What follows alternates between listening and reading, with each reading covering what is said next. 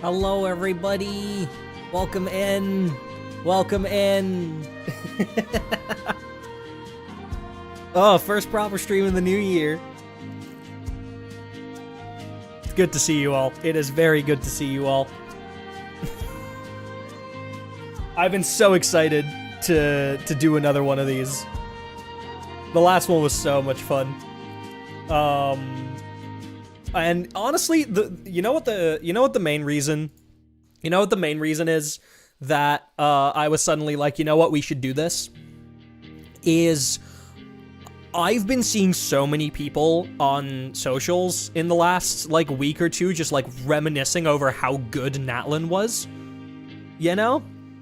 Like, I agree, I miss it. I miss Natlan. Nodcry is fantastic. And I've been having a great time, but I miss Natlan. I really do. And that made me go, you know what? We should... The next albums that we should do for this series is the Natlan albums. Why is there a star next to your name? Oh, that's the membership badge. I took out the old membership badges because those, just like emotes, need to be replaced. That'll just be like... there's different colors based on... That's like the YouTube default membership badges. So that's why the stars there. Normally it'd be like the little hearts, but, yeah, we're replacing those too. I just haven't made them yet. But yeah, you know, I've been seeing so many people reminisce over Natlan and how good it was. And that's why I was like, you know what? We should do that. And obviously, for today, little different than last time, we're still gonna be doing the tier list, but we now have a nice little piano to go on top of it, which if you were there for the New Year stream, you will have already seen that, but if you haven't, there it is. So we'll be using that throughout the stream if I ever want to, like, explain something or play along to something. But with that being said, we have, and I need to get this right, 78 tracks to listen to. We have just over 2 hours of music, and we need to get through it in the next 4.5 hours. So we better start getting a fucking move on.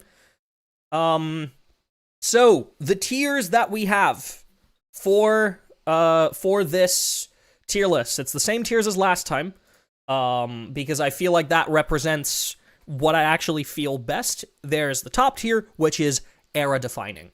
It's the track that if you listen to it, you're like, that is one of the signature tracks from that region that will be remembered years from now. Peak is just a track that is unanimously fantastic, but just might not be, like, era-defining. It's just below it. Then there's very good, tracks that I just enjoy a lot. Wouldn't necessarily call peak, but tracks that are just great. Then there's Wouldn't Skip, which is a track that I don't necessarily feel too much towards, but, you know, if I was listening to the album and it came on, I wouldn't skip it. And then the last tier is, which are tracks that I wouldn't really want to go out of my way to listen to, and I would probably skip. Doesn't necessarily mean that they're bad, it probably just means that they're not really my vibe.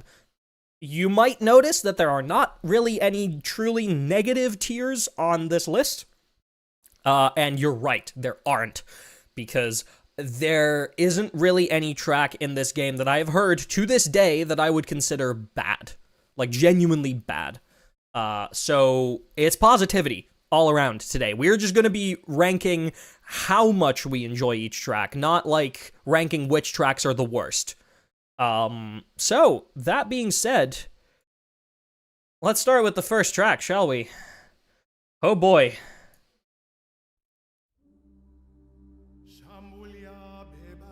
Want to make sure that volume is coming through loud enough. I'll turn that up a little bit.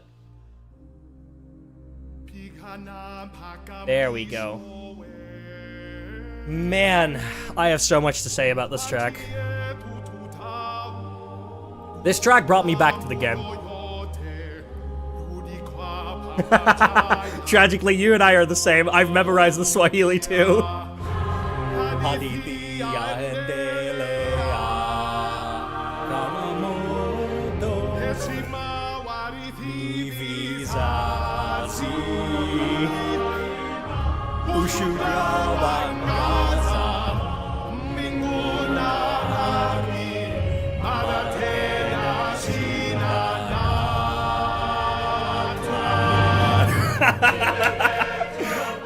This track brought me back to the game, and I'm so serious about that.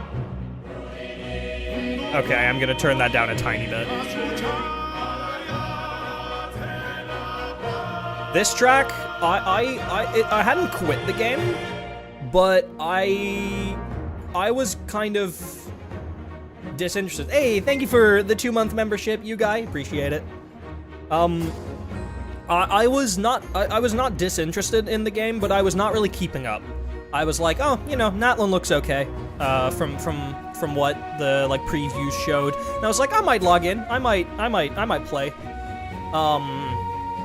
And then I watched the reveal stream and I heard this. I have not missed many login days since. This convinced me to, like, give going, like, full sending the game a shot again, and I've not regretted doing that. I mean, we can listen to the end of the track, we're gonna listen to the full thing, but, like, I think we can all agree that this is gonna go up here. Right? Hello, Chishire. Like, we all agree that Natlan is era-defining, right? This track is... It's a new era of main themes. Like, you know, everything up until this point, you know, Leeway Inazuma, Sumeru Fontaine, yeah, we're doing just the first album today. If we were doing all 4, we would be here all night and longer. But we're gonna do the next albums over the next few weeks. This is my favorite section of the theme, by the way. That melody, we'll talk about that melody in a little bit. Also, the actual word Tumaini appears in that track, which, you know, if you've played the Natlan story, that word is important. We're being foreshadowed from the very first theme as well. Obviously, it is just a Swahili word that means hope, but, you know, still.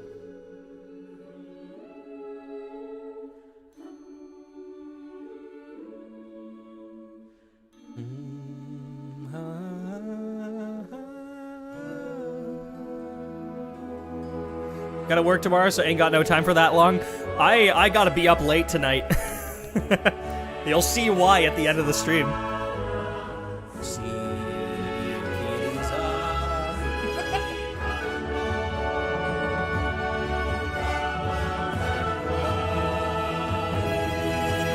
Everyone, sing along.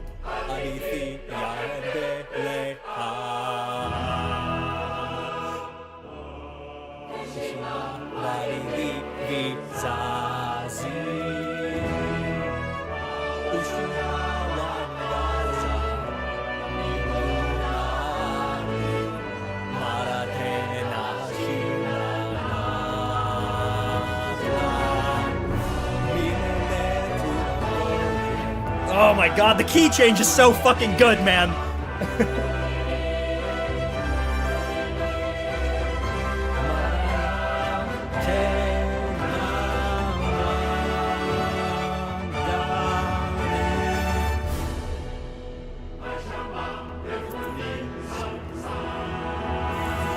Fuck, this track is awesome.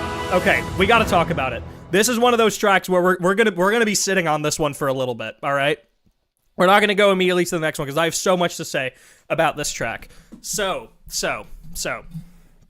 there's a few motifs that appear throughout this track. There's the default, like the main Natlan motif, what I consider the, I guess the A motif is.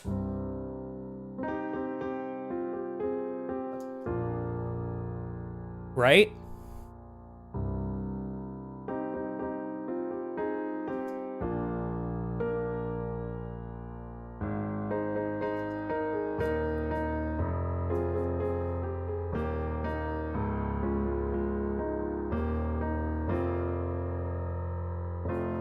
Which, that motif on its own is a really interesting Like, if you include the full thing, it's a really interesting musical device because it doesn't end on the same key that you start in. We start in the key of C minor, and we end in F sus4, F major.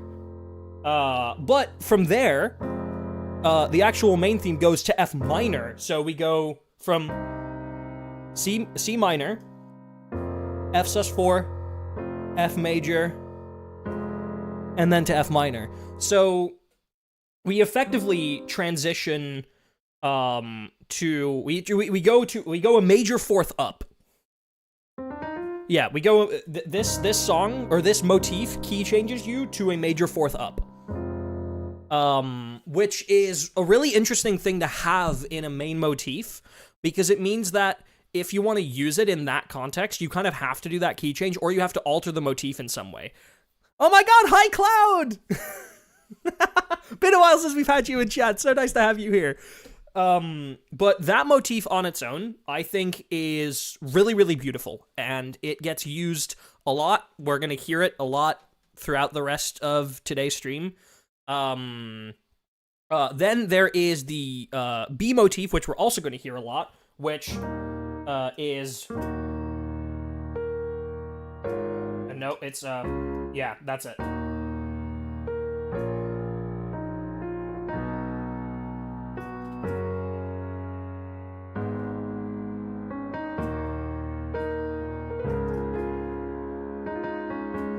That motif comes forward a lot, and what I like so much about it is how easy it is to alter harmonically, because we can... You know, it starts in the key of E flat minor, and then the second chord in the original main theme is B flat minor. And then it's B major, F sharp major, C sharp major.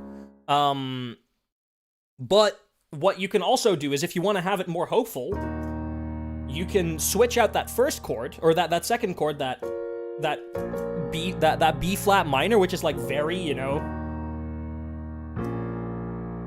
that kind of adds a lot of tension. Hi, I'm Clouds. I felt like popping in. Oh, hey, nice to meet you, Maggie. Welcome in. You can harmonically change that up by going.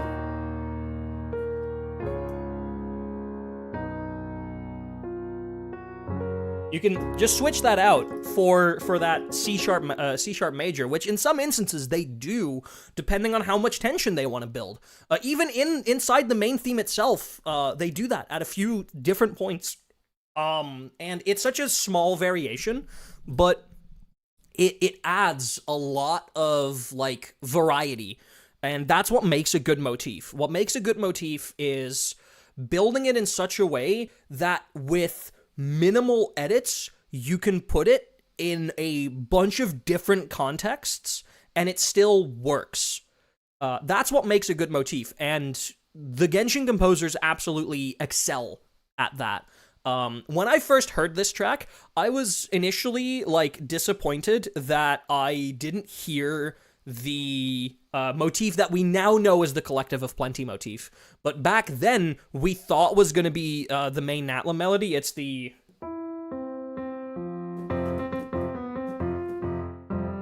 it's...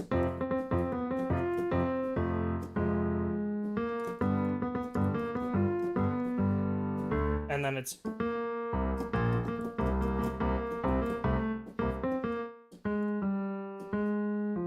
Yeah. Without... Yeah.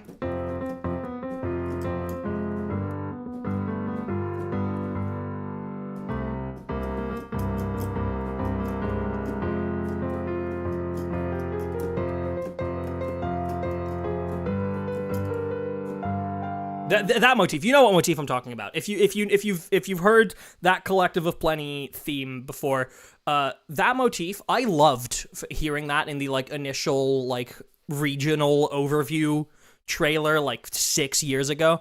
I feared that theme was fully scrapped. Yeah, exactly. And I got so happy when when I heard that motif again in 5.5. But Honestly, I was only disappointed about it very, very briefly, because here's the thing about the Natlan main theme, right? Previous nations, the main theme has kind of just felt like what I like to call a vertical slice of music from that region. It's like if you put the entire soundtrack on like a little stack. You made a little sandwich, and every single ingredient was one track in the soundtrack. If you took a vertical slice through that stack and looked inside of it, what that looks like is what the main theme sounds like, if that makes sense, right? It is the like bare essentials that create the sound of that region. And every single region so far has done that really, really well. Obviously, technically, Mondstadt doesn't have a main theme, but like Liyue and Inazuma, Sumeru, Fontaine, all of them did that very well. They all used like the core selection of instruments that region would be making use of. They had some of the melodies that you would come to find throughout the region. And generally just like the vibe, you know? The genre, the vibe, they got that across as best as they could. With Natlan, it's a little bit different, because while this definitely is still a pretty decent vertical slice of Natlan's music, a lot of Natlan's music differs from this main theme quite a bit. Now, that's because Natlan is a very diverse region. It's not based on one like country or one culture. It's based on like all of the cultures on the Ring of Fire, which is a lot. Like, there's a lot of different things to pull from. And it's hard to reflect that in a single main theme, which is why I'm glad they didn't try to. Because what Natlan's main theme is instead, it's a national anthem. It's a unifying piece of music. And it's the first time that the main theme is actually entirely diegetic. Now, it's not the only time, because, Nod Cry's one is also entirely diegetic. We can thank Columbina for that one.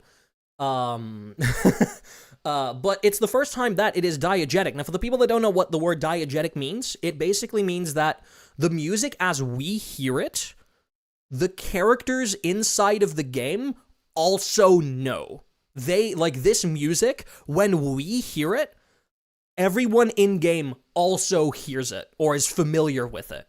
It's a diegetic piece of music, and that's because this theme is...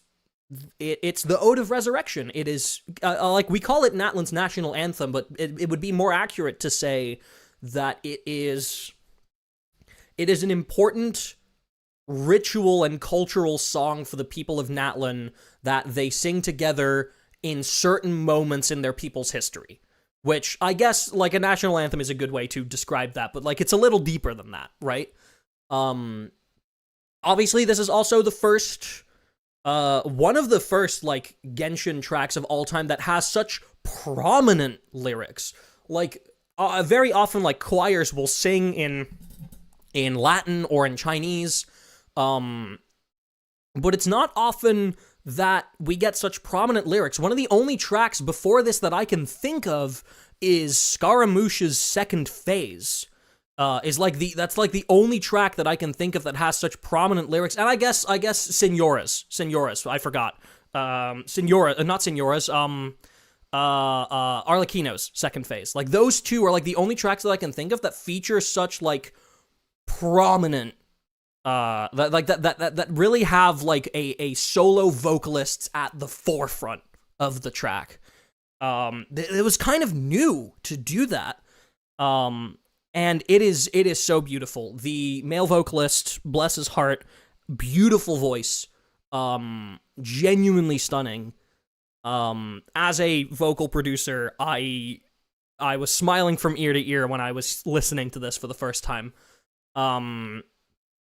He did a fantastic job. There's one more motif that I want to talk about, which is my personal favorite. Yeah, Yunjin. Yeah, sure. Yeah, I guess Yunjin's opera. But then again, that's also like a cutscene track. I feel like that's once again like a little different. But no, you are right. You are right. Yunjin's opera is obviously very prominent. Like the vocals are the main focus. Duh. I mean, if we really wanna count it, we can also count the blaze lilies, the fucking lantern rite from the Fontaine year. But I don't think anyone wants to count that one. Mostly because on the soundtrack the lyrics aren't even included. But the last motif that or the last like two motifs that I want to talk about is the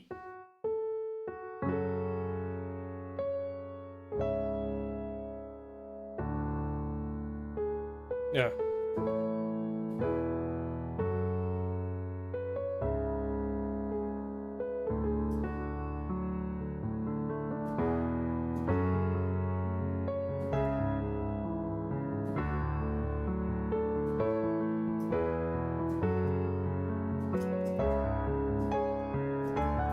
And then specifically this ending.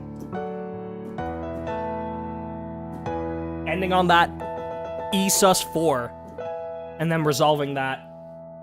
And then going back to that, going back home. I love that motif. That is probably my favorite of all the motifs to come out of this track. And then the last one, I guess, we have the,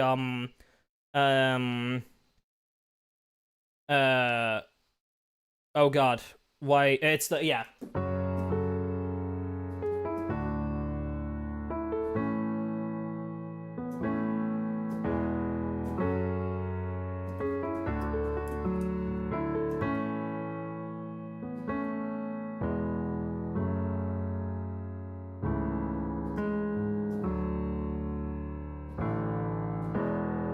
I could improvise with that fucking chord progression all day, but we're not going to do that.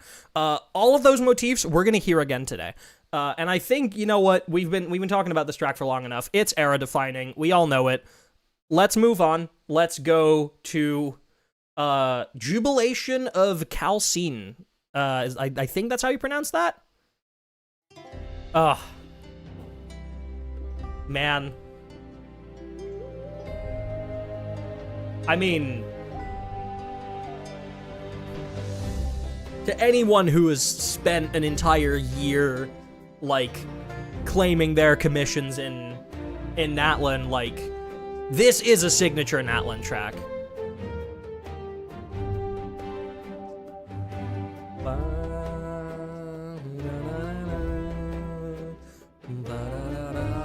I love that chord variation on the second half. Also, the trumpets! I was not expecting to hear trumpets in Natlan when they're like not like trumpets like that so prominently, but they sound really nice, and they sound like really, like, you know, heroic. It is ultimately, this plays in like the outskirts of a battle arena, so it kind of makes sense. Oh, we need to talk about this chord progression. We need to talk about that chord progression. I'm pausing.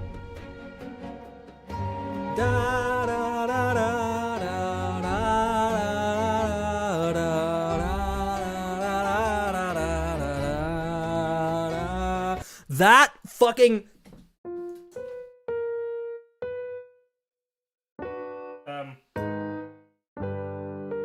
Oh god, what is it?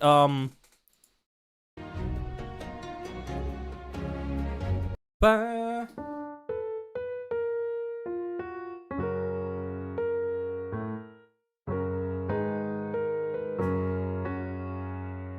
And then it's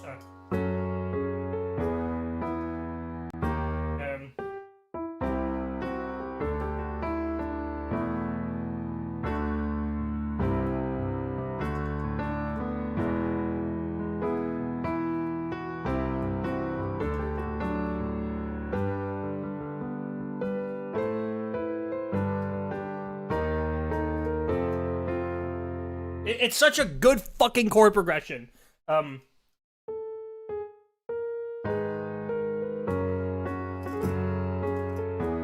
Because the nice thing that it does, right? The nice thing that it does is, yeah, we are in.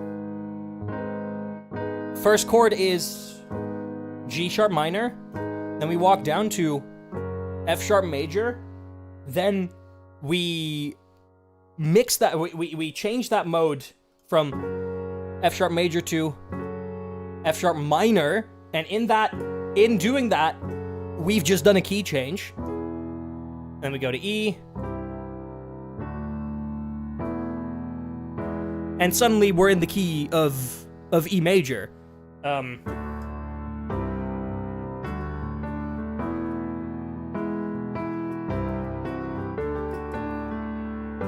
now we're in the key of G.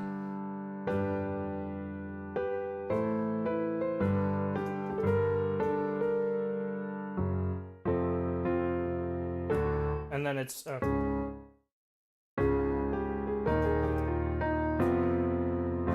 you know, it's such a good way to change keys. It's just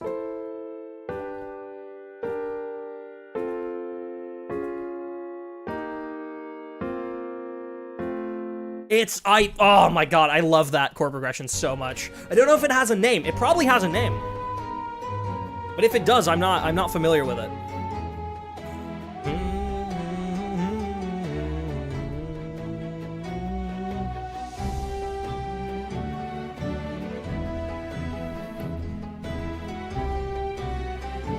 I mean, yeah, this is like a signature Natlan track, right?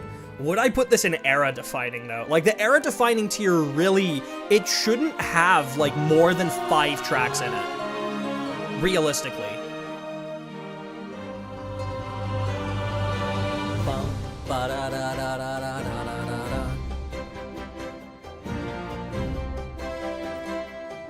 Really nice horns.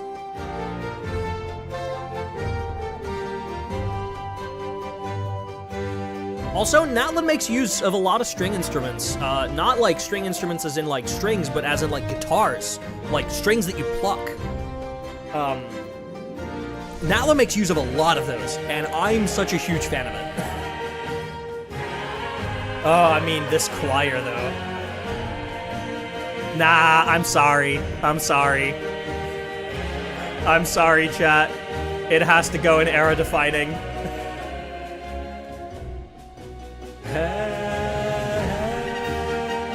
Oh, and this little fanfare at the end.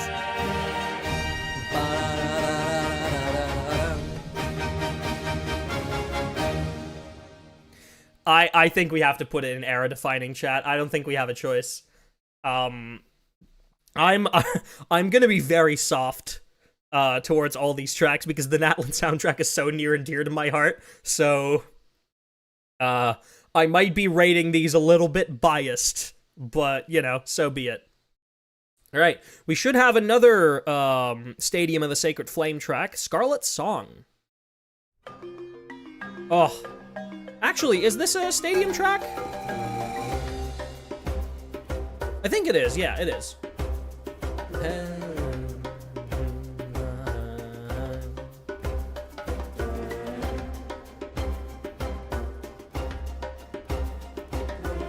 I'm only gonna be a tiny bit biased. I don't think I would put this one in era-defining. But, like, in terms of, like, the Stadium tracks, this is definitely one of my lesser favorites, but it's still very good. Which I think I've just said what tier I'm gonna put it in, but I'm gonna wait a little bit. Because maybe I change my mind over the course of listening to it.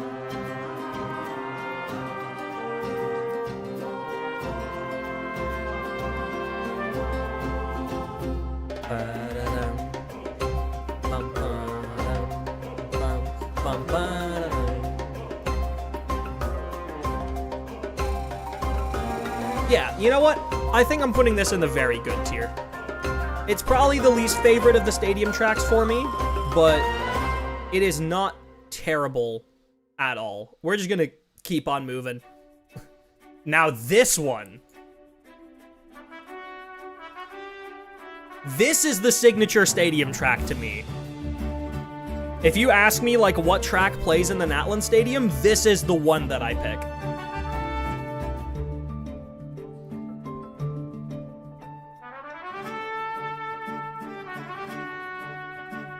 Oh, that guitar, dude.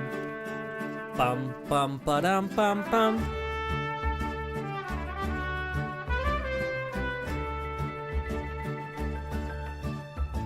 Nice little piano in there.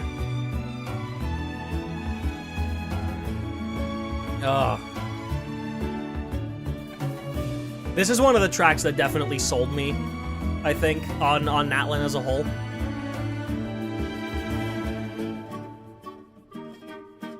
Also, that chord progression, it's 1, minor 4, 1, minor 4.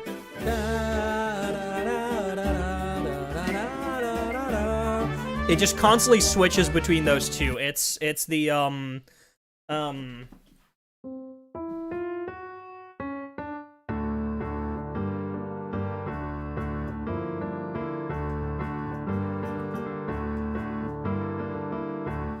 It's such a nice chord progression. I like it a lot.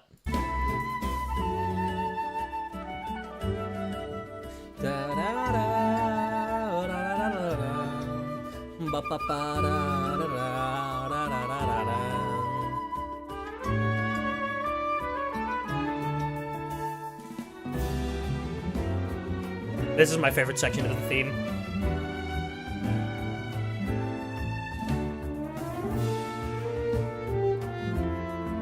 Such nice horns.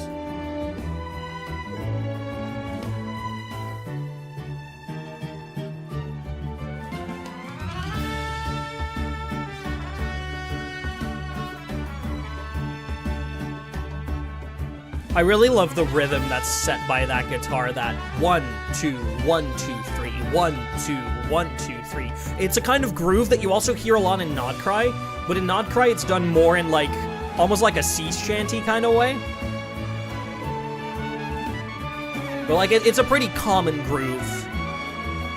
Like, the track is in 6/8. Like, 1, 2, 3, 4, 5, 6. But the groove is 1, 2, 1, 2, 3, 1, 2, 1, 2, 3, 1, 2. Also, those, the reason, another reason why this is my favorite, those little steel pan, that steel pan at the end, just takes me back to the Golden Apple Archipelago. It just takes me back to the Golden Apple Archipelago, which is one of my favorite areas in the entire game. I'm gonna actually make a change in ranking. I'm gonna put Jubilation in Peak. I'm gonna put Thanks for the Fire in Era Defining. That's my personal preference of these three tracks. I prefer Thanks for the Fire over Jubilation, and if I had to pick, like, a signature track for, like, the central area of Natlan, for the stadium area, it would be Thanks for the Fire and not Jubilation. Right, next up. After So Many Words. I believe this is our last stadium track? Oh, this is one of the nighttime ones.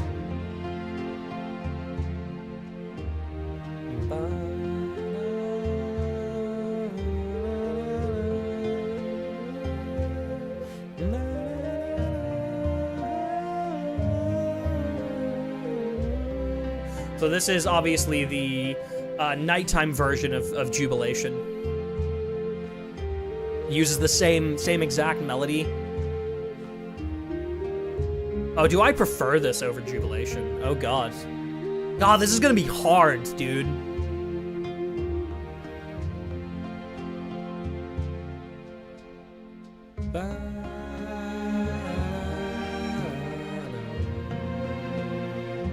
Really nice sustained chord there.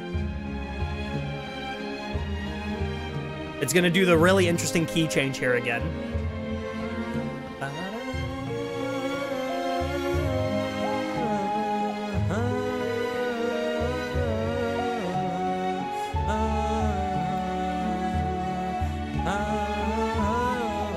It handles that ending differently. Oh, I prefer this over Jubilation, I think. Yeah. I'm gonna put this on top of Jubilation. I think I've never really thought about it, but I think I like the nighttime version of that track more. Yeah, I mean, oh, we have a couple more nighttime stadium tracks, actually. We have Undanced Dance. Oh. This is the nighttime version of Thanks for the Fire.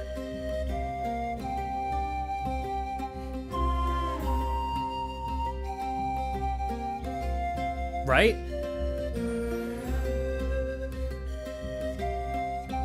Or a nighttime version of Scarlet Song.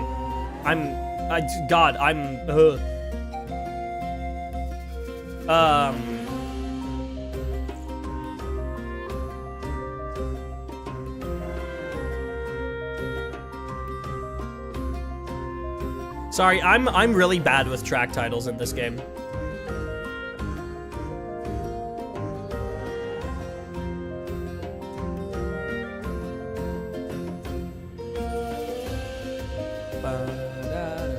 Hey, this melody right here.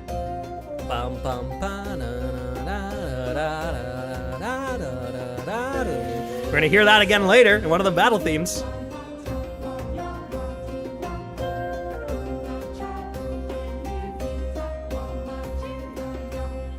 Forgot which battle theme that is in, but it's in one of them. I believe that's either Anthem of the Savannah or A Dance in Fire. I'm gonna put that one in very good, above Scarlet Song. There we go, A Night of Their Own. Oh wait, no. That's...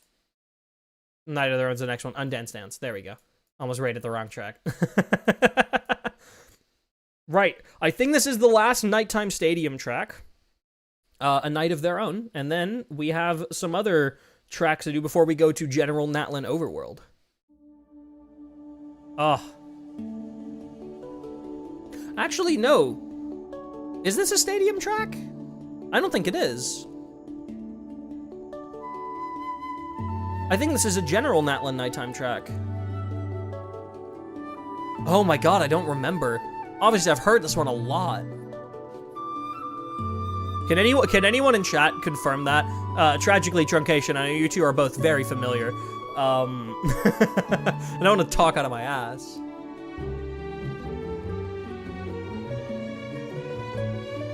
No, but this does use the Thanks for the Fire melody. So I do think this is Stadium. Daniel's a little diverted between some words. Hey, you're all good. Yeah, this uses the Thanks for the Fire melody, so I think that this is a Stadium track. Plays in the Stadium, yeah, okay. Oh, piano. What's your favorite tribe? Not one that we're gonna get to today, unfortunately. My favorite tribe is music-wise. I mean, guess. Music-wise, what do you think my favorite tribe is? I know some people in chat will probably know the answer, but but give it a guess. It's not one of the three that we'll be listening to today. It's one of the other three. Plenty clears music-wise. Neither of those are actually it. It's not Masses of the Night Wind. It's not Collective of Plenty. My favorite music-wise is Flower Feather. Yeah, I know. Like, here's the thing. The other two tribes are also both fantastic music-wise, but Flower Feather's music just makes me, like, immeasurably happy. Like, you put on all the pretty courses, and that first whistle, that immediately I'm sold. I don't know. That just, it gives me instant happiness chemicals. And it just makes me feel at home for some reason. So that's why that one's my favorite. I would say Collective of Plenty is a pretty close second. Right, A Night of Their Own. I'm gonna put this one in very good. I'm gonna put that one in very good. Now this next one. Oh, the title might be a little convoluted, and I'm surely not gonna try to pronounce it. But, oh boy, hit it. Bottoms up, everybody.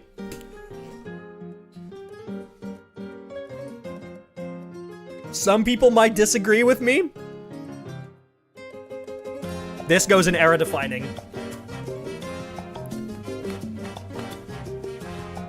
And I don't care.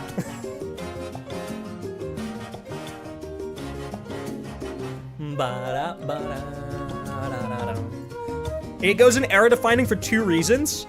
It is immediately recognizable. Like, in like the first few notes, it is instantly recognizable as like, this is the bar in Natlan. And second, because it plays in the little victory dance cutscene at the very end of the Archon quest. And it's just cute.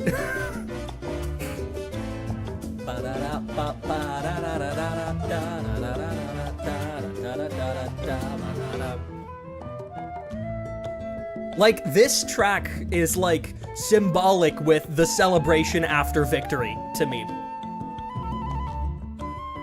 Which, in a nation that has been in a war for 500 years, makes this track hit so much harder and so much nicer. Back to national pub music going strong, right?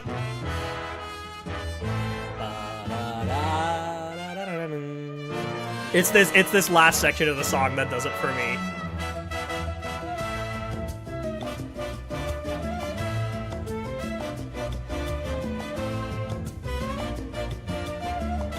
And then this fanfare at the end.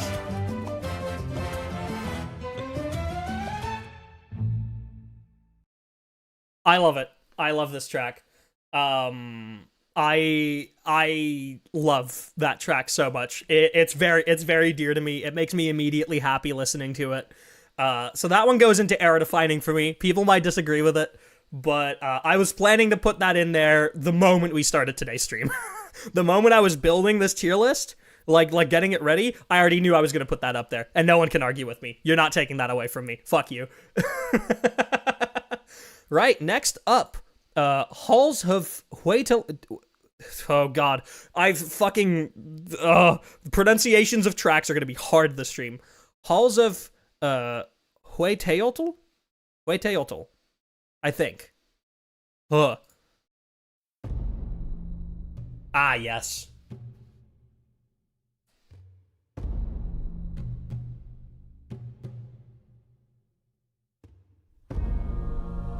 This plays in Moika's chamber, right?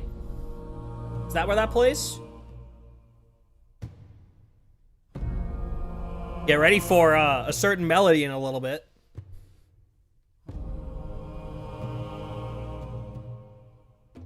Here we go.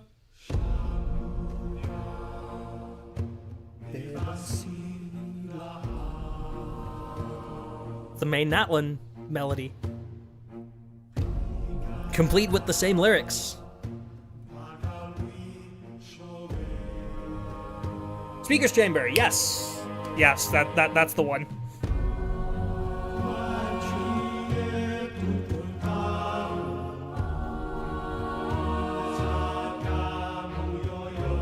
And I love that they use the same lyrics and the same melody as well.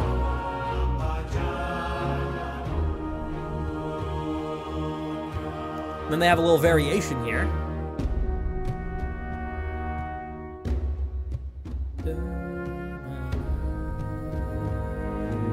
Indicates that it's going into like that C motif, but then it doesn't. It goes back home.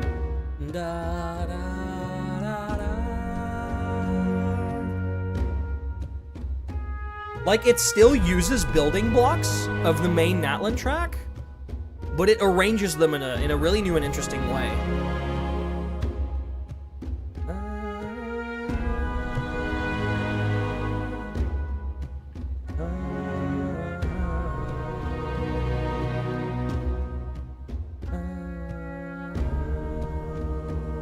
This one goes into peak for me.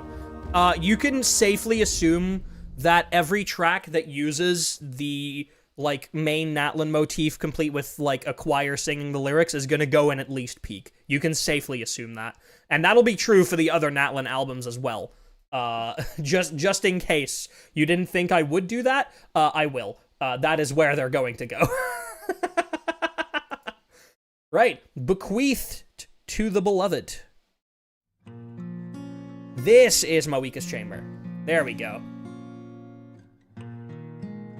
Immediate guitar, dude. Guitar is such a special instrument to me in this game. And this one sounds so clean. And guess what melody is here?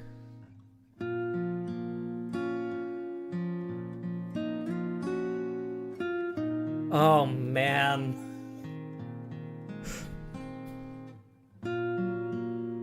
The fact that it's just like 2 guitars.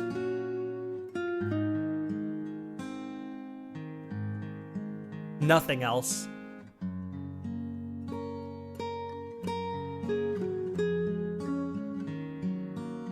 They sound so clean. Both the playing and the recording and mixing on this is stunning. Oh. And now other instruments come in.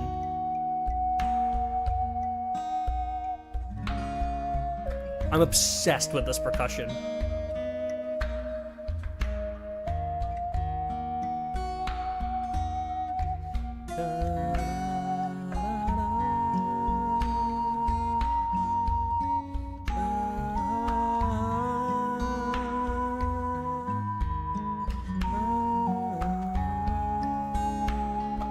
They use that same motif variation that the previous track that Halls of Hueteotl uses.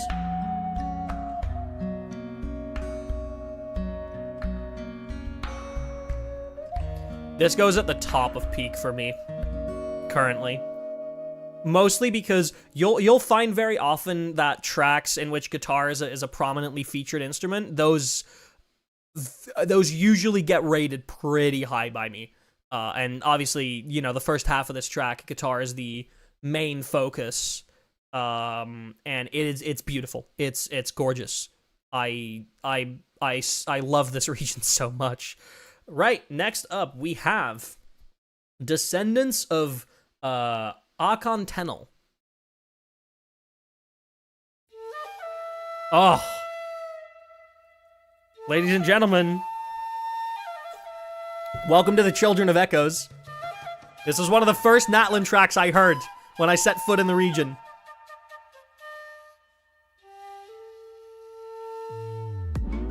Oh! Oh, this was also in one of the teasers, yeah. Dancing to Pelisar.gif, right?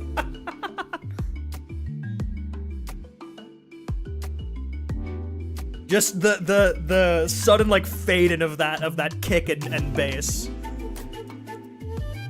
It's so nice. This percussion is so good.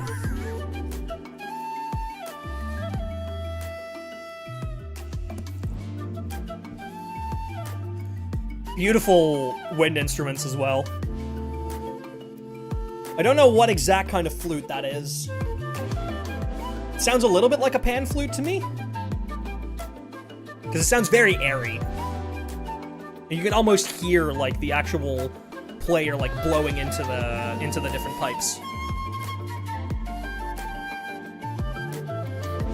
It's some sort of pipe flute at the very least. Ooh, that guitar. Na na na na. Just the mix of like traditional instruments with like that more like modern, like slight like, you know, chill EDM production layer on top of it is so nice. I mean, that's signature Children of Echoes, right? That's absolutely signature Children of Echoes. That one goes into peak 100%. We have another Children of Echoes track, Arcana of Zipakna. And I think this is the one that, like, if you said Children of Echoes, this is the track people think of. Yup. Oh, man. This was the first Children of Echoes track I heard. I vividly remember it. And it immediately made me, like, shut Kachina up in the middle of her dialogue, because I was like, hold up. Hold up. You have that pan flute here again. It's 2 pan flutes actually playing a third. All right. Hit the percussion.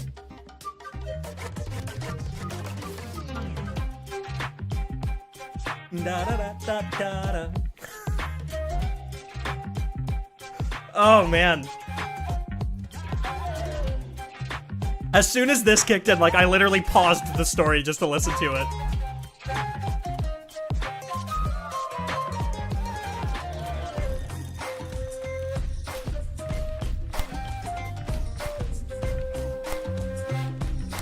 Oh.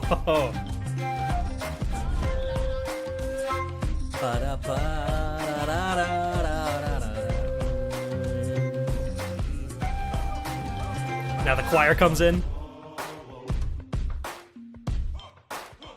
You know, this is a mining town. So, like, I feel like this really feels to me like, you know, all these mine workers singing together as they, like, dig on the beat, like, down into the fucking rocks, right? That's, like, the vibe that gives to me. I'm not gonna lie, considering this is the first tribe that you go to, and this is a very, very, like, definitive kind of sound, I gotta put it in era defining. I'm sorry, like, that's the problem, is, like, all of these tribes are so, like, defining to Natlan as a whole, that it's almost, like, I'm almost going to have to put one track from each tribe in era defining, because they're so important to the region as a whole, that, like, I can't not put them in era defining. That's the problem. I have to.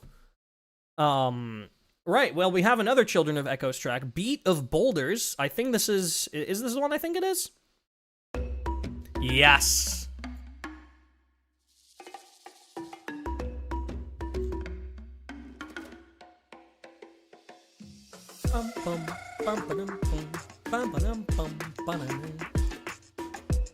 Love the percussive instruments in this. That little vocal as well is, like, that's so Natlan.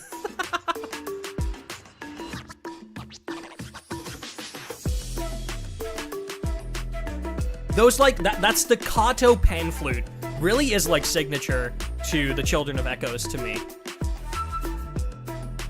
Like, that very short burst of these pan flute notes.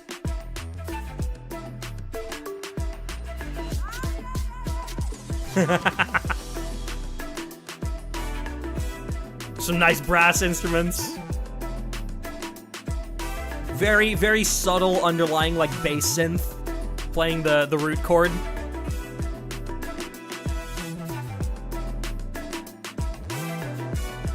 Oh.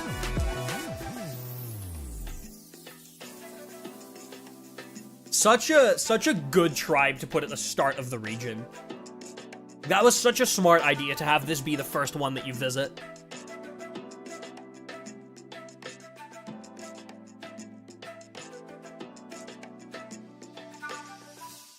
Oh, man.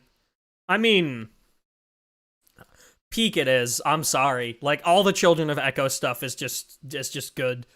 It's just fantastic. Right. Baba We Twa Sali? I think that's how I pronounce that. Is this a Nighttime Children of Echoes track? Yes.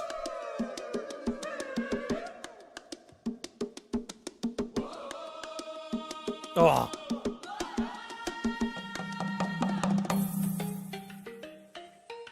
Bum bum bum ba-dum bum bum.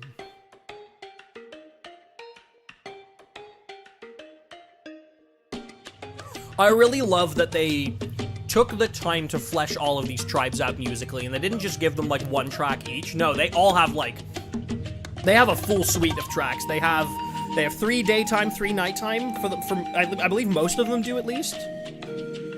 I really like that they actually took the time to flesh all these tribes out as much as they did.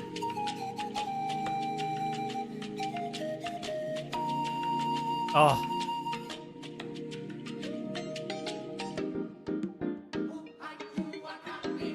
That little synth,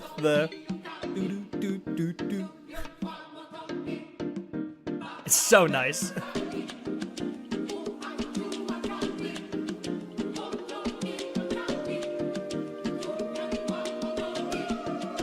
God, the peak category is gonna be so full.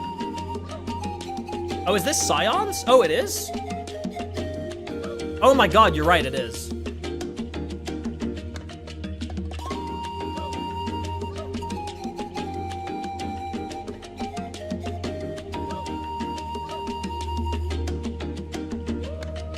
Ugh. Dude, I fucking love that they took the effort to flesh all these out. This one goes in peak. Oh, right, we are on Scions, yeah, because this next track is probably the one I think of whenever we talk about Scions of the Canopy. And I'm going to try to pronounce this again. The Heights of Rumikunamanta.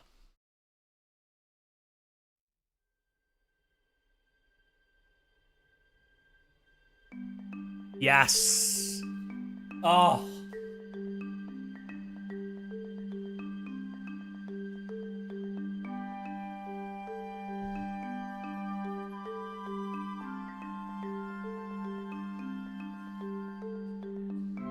I can't wait for the choir to come in. Just listen to that. Right, hit it.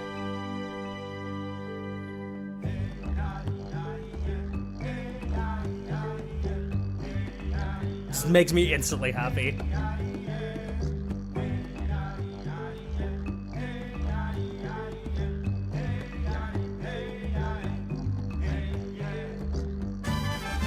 Oh. That is the thing I think of when I think about Scions. It's this, the da da da da.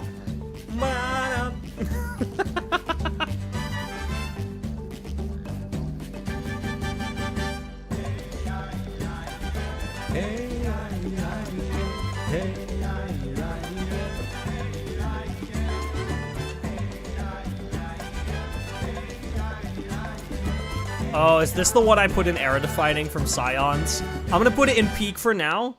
I need to hear what the next one is again, the last one of Scions to truly decide. But I think it would be that one if I had to pick from what I know, because I think I know what this next one is.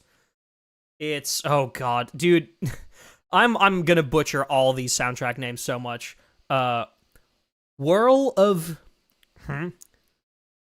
Chalku.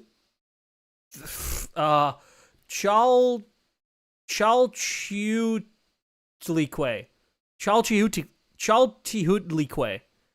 Fuck, dude. Oh.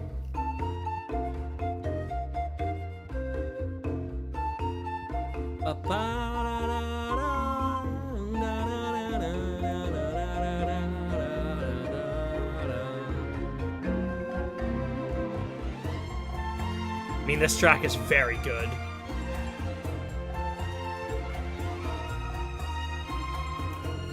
I think we put Heights on era defining. I think this one goes into peak.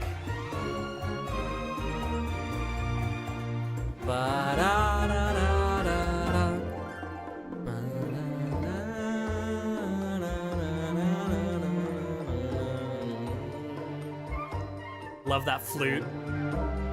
Adding extra flourish. Like a call and response, almost.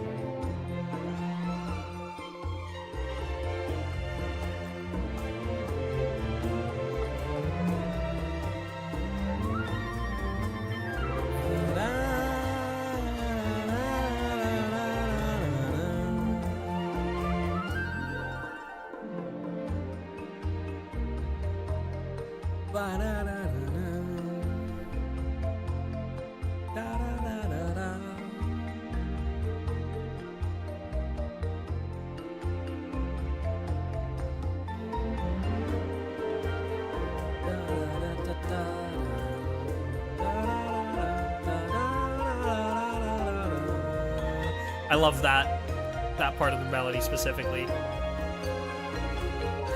And everything comes in one more time.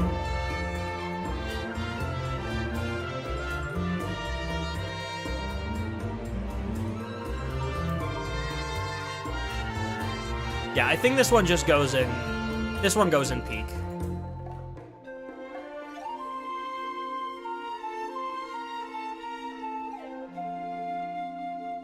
Oh. Now we're on to the last of the 5.0 tribes, which is the People of the Springs. Sifumoto, I believe, is the first People of the Springs track. Oh.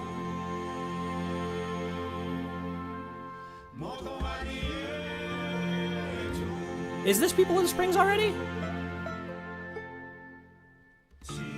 No, it's not.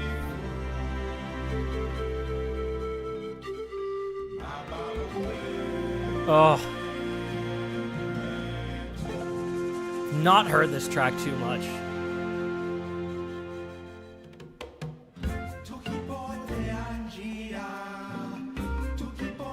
No, it is, right?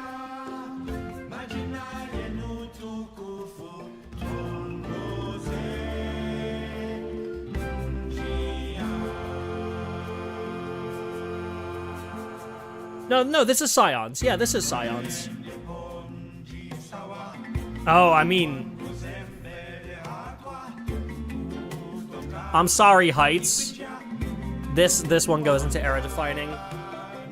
Even though I'd completely forgotten about this track.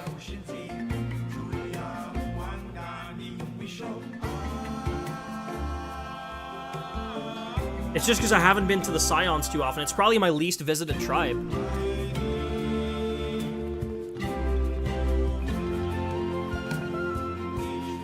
Oh.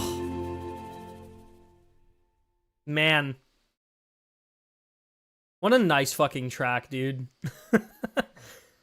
Right. Next up. Oh god, another great tongue twister. Zyuche greatness. Right.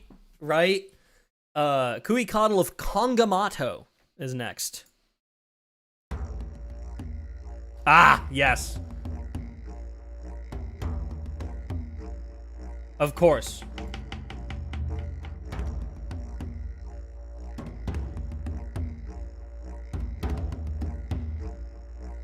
This is a... this is the Kanichi Story Quest one, right?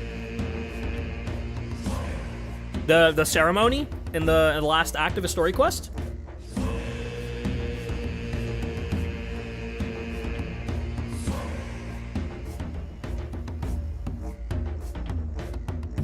I'm pretty sure it is.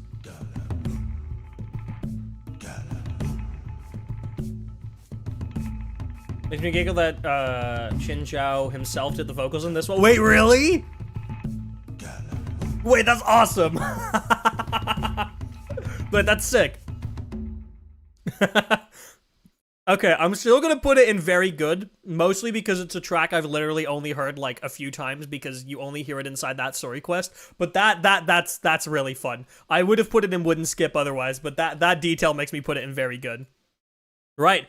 Now we're in People of the Springs territory. I mean, real ones know where I'm gonna put this one.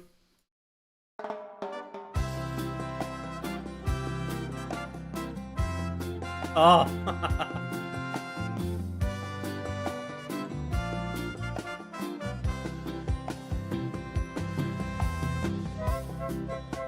Oh, welcome to Twitch chat, tragically.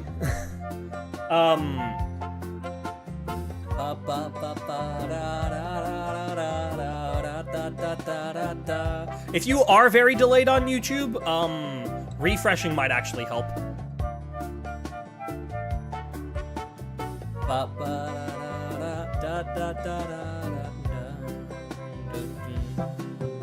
Hey, Endy, welcome in. I mean, real ones know where I have to put this. But I don't know, I might actually pick one of the other People of the Springs tracks that go into era defining. This is definitely, no, I can't.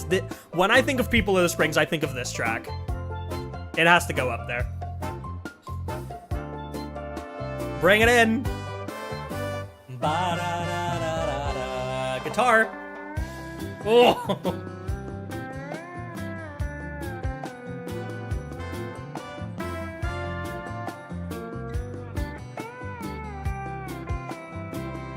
This chord progression. Oh. That's the harmonic descent chord progression. I love that one. I'll bring that up on piano in a second, actually. Because I need to show my appreciation for that progression. Da, da, da, da, da.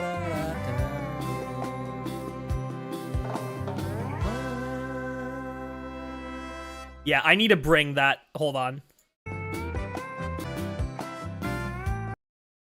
Right. Ba-da.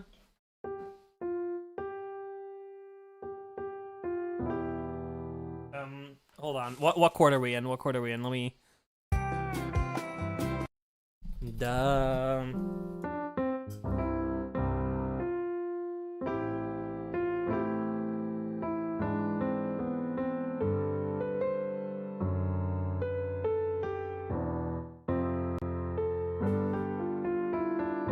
Right, that's where we are. That's where we are. So it's...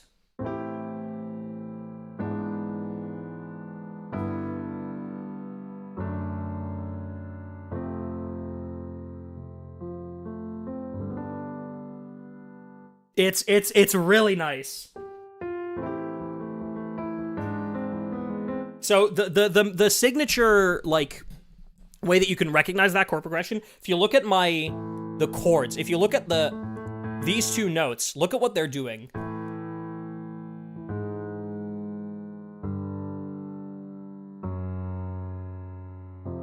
They're just walking. They're just walking down. They're walking down, chromatically. Chromatically being literally just walking down the piano. Not skipping any notes.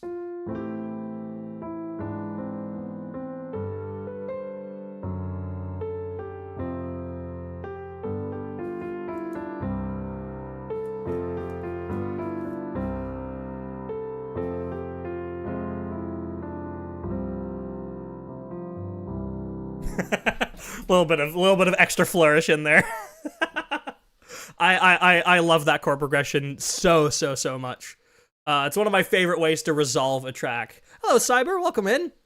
Right, next up, Reverie of Pua Alo Alo, which I believe is another People of the Springs track. Hit me with that bossa nova. Oh no, wait, this is not the bossa nova track. Oh, I mean...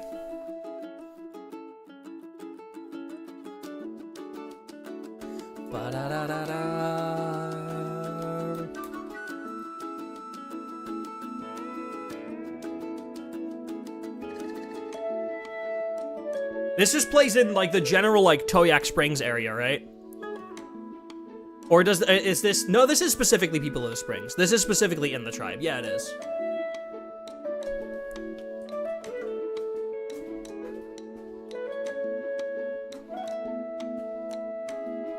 I always forget that I still have my, my Support the Immune Deficiency Foundation thing, and I'm not taking it away. I don't care. Part of me is like, oh, you know what? That fundraiser, it's not technically not ended. I believe you can still donate to it. So I'm leaving it up. Fuck that. Support charity. Oh. Oh, good minor fourth. Good minor fourth. Fuck. No. We're going back to that. Hold up.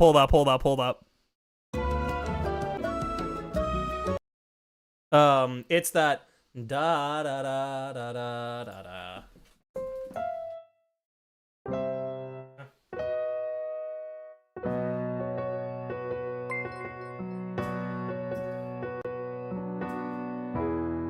It's so good. Panda, thank you for the monthly gay call. Thank you for the 23 months. I appreciate it. Speaking of, that reminds me, I should give my 10 free memberships for the month of January. I can gift 10 free ones every month.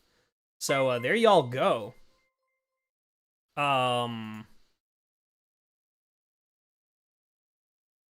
Hope they go to some people who are currently here. Oh, they are going to some people who are here. That's awesome.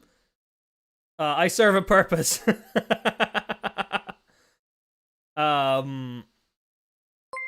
Right, I'm gonna mute those alerts really quickly so that we don't get that constantly. But that chord progression, though.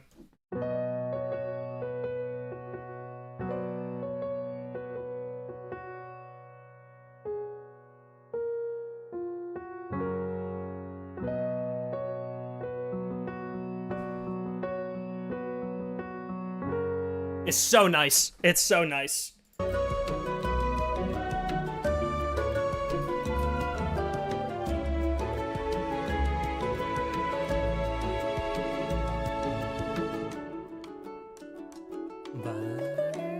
Another minor fourth in there. It's subtle, but it's there.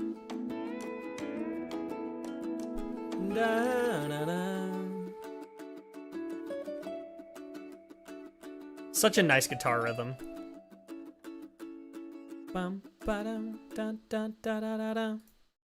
Oh, man. Oh, oop, oh, not yet. No. Calm down. Stop it. We're not there yet. Right, where the fuck do we put this one? Yeah, they go to the people who've watched in the last couple of weeks. That's why I hate YouTube membership gifting system. It doesn't prioritize people who are currently in the live chat, which is really, really stupid. Right, I think I'm gonna put this one in very good. No, it's peak. All right. Dazzling Moon of Metzili, which I believe is a nighttime People of the Springs track.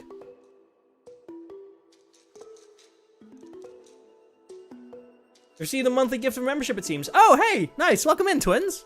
You have! Ba-da-da-da-da.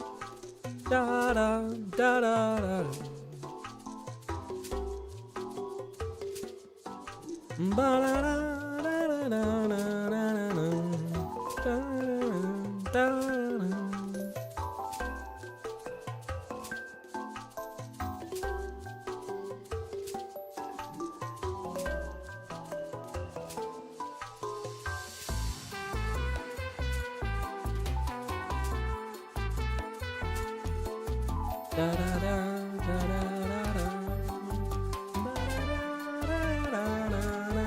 Yeah, I love the synth in this. Gotta pop shop for groceries. Have fun, y'all. Have a good day, Panda. Appreciate you for tuning in and calling me gay, as usual.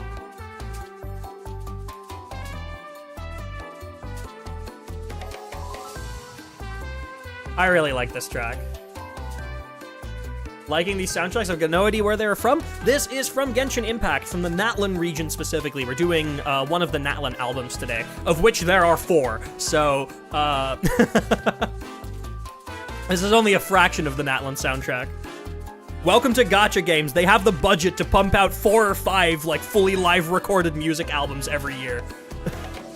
That are, like, all 2 to 3 hours each.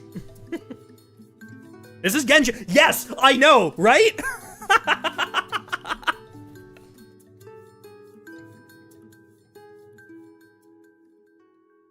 All right. I forgot I need to... There we go. Right. This one. Honestly, put it in peak. I don't care. We're gonna have a shit ton of tracks in peak today, y'all. Right. Next up, Dazzling Moon of Metzli. Oh, wait, that was Dazzling Moon of Metzli. Oops, I forgot to move that along. Next up, Chimes on the Blue Shore. There it is. This is the People of the Springs track to me. Hit me with that bossa nova.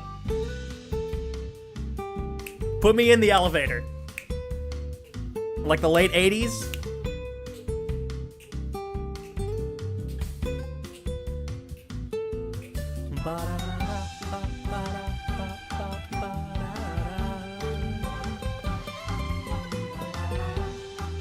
This one's so nice.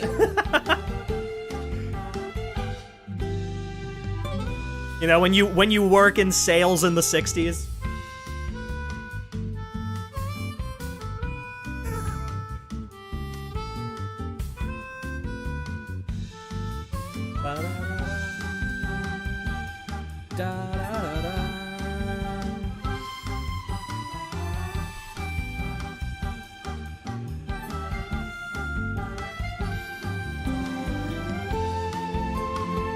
Love this chord progression.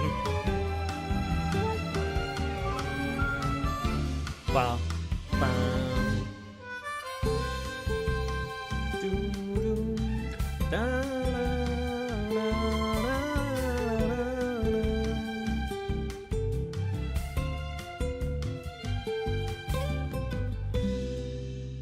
Ah, man, that one really screams People of the Springs. It goes in peak. It goes in peak. It goes in peak. I'm sorry that we're gonna keep fucking doing this, but I have to. Right. Oh, is this the next one? Rainbow, is this the track that plays? Oh, hey! Michael, thank you so much for the 10 euro donation. I appreciate it. I appreciate it greatly. I'm gonna assume that was through Stream Elements. Hell yeah, thank you so much. The soundtrack keeps being peak, right? I don't make the rules! Well, I do, but I don't decide which tracks are peak. They just are or they aren't. Right. I believe this is the street band track in the People of the Springs. Yes! Da, da, da, da, da. Da, da. Ba, da, da, da, da, da, da, da. Oh!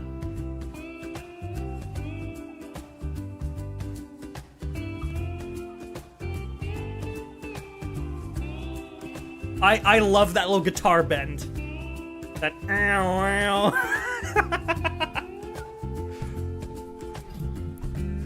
I love this style of guitar playing. SpongeBob, right?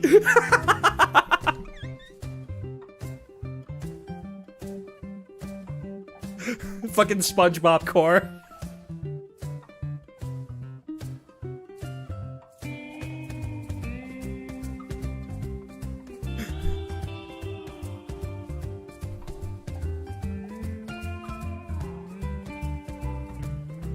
Oh, man. It's peak. It's peak. This one fills me with a lot of happiness, just like you say, tragically. Right, we have another People of the Springs track. It's Promises by the Spring. Is this the one I think it is? Yes. I like this one a lot.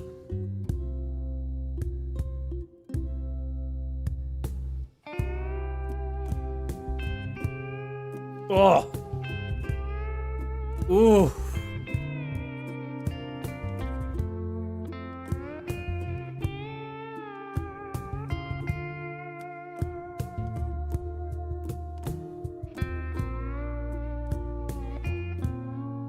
Ooh, good minor fourth.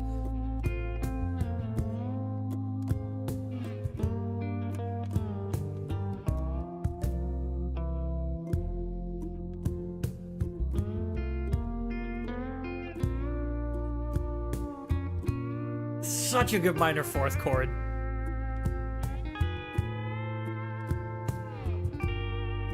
People in Springs is just very comfy to me. Gotta see the donation came through, kind of a boomer myself with stuff like this. It's okay, it's okay, it's okay. And it went through just fine. Thank you so much. I genuinely really appreciate it. It helps me out so much. I've been working my ass off these past few weeks to, like, make ends meet again. And it's going really well, but, like, stuff like that genuinely helps so much. Right. I mean, it's just a very nice track. I'm sorry. It goes in peak. I feel like I'm just, can another, okay, hold on. I may need to put you right there so we don't cut off the, tracks over there. Yeah, that's good. Move this a tiny bit. Move this a tiny bit. There we go. Much better. All right. I believe that means we are on to the Quest exclusive tracks. There's a couple of them. A couple of them left on this first disc. I believe the rest of the tracks on the first disc are like Quest or Domain exclusive tracks. So first off, Moment of Solace.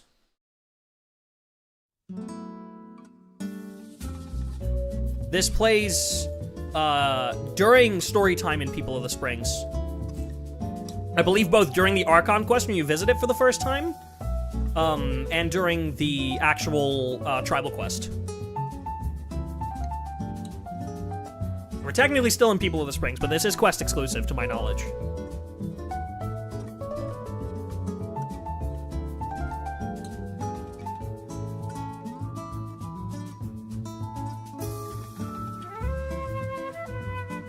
Oh. Headcanon this to be Mulani's theme? I mean, it plays in her story quest, so yeah, I'd agree with you. Last stream it seemed you were quite busy aside from social media and streaming and stuff. Oh yeah, and I still am. And you'll get to see some of what I've been working on later tonight at the end of the stream. Oh.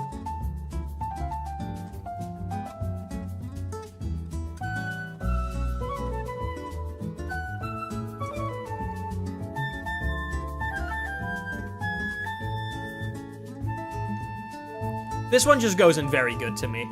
I like it a lot. I like it a lot. But it, like, I guess just tracks that you've only hear so few times, like the tracks that are Story Quest exclusive, really need to stand out for me to put them in peak.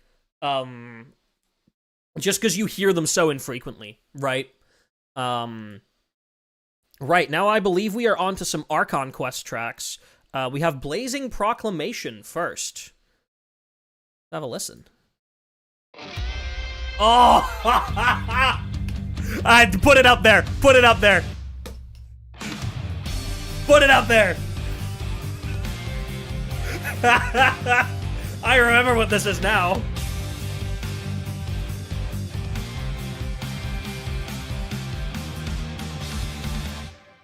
What a fucking introduction to an Archon, dude. That's just a cutscene track. It's when Moika first enters the stage, when the pilgrimage starts off. But like, holy shit. Fucking... Ooh. Put it in era defining. I don't care. That's how you introduce a fucking Archon, dude.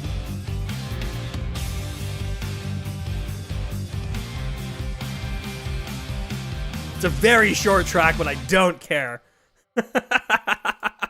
Oh my god, these next two, man. Oh, dude, all the quest exclusive tracks in Natlan are so good.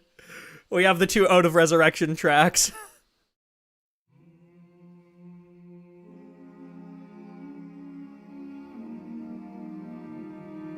We're gonna listen to both of these back to back, actually. I'm not gonna pause in between them.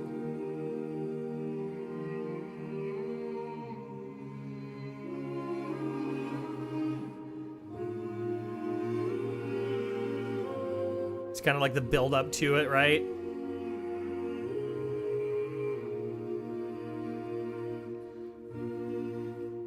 And then what you all hear in game when Kachina is being resurrected. Hit it.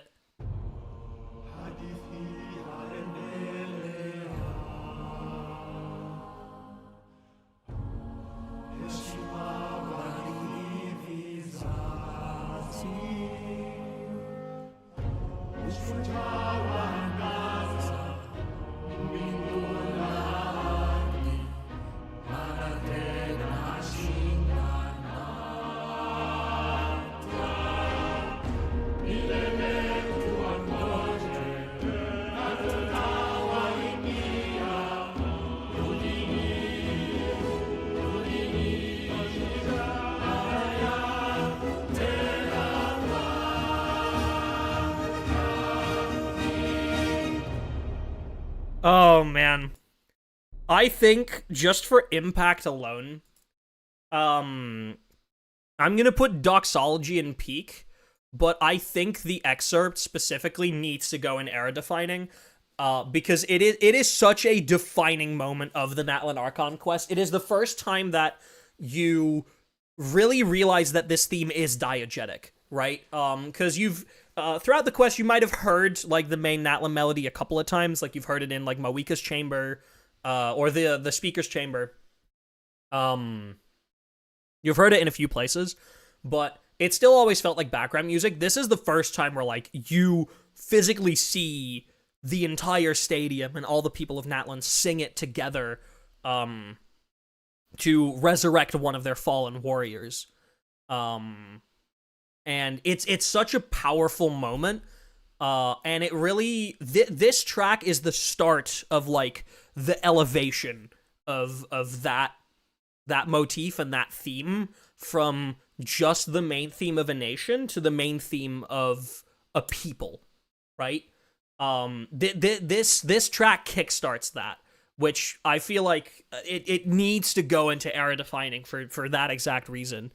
Because it's such an important part of like the transformation of the Natlan main theme over the course of the entire Archon quest, that it needs to go up there. Right, we have Times Come Again No More. Remind me where this plays. Yeah, this plays in Act 2 and Act 4, actually. It also plays in Moika's story quest, apparently. Oh. Right. Is this, like, Moika's internal mindscape? Moika's domain. Yeah. Yeah, it is.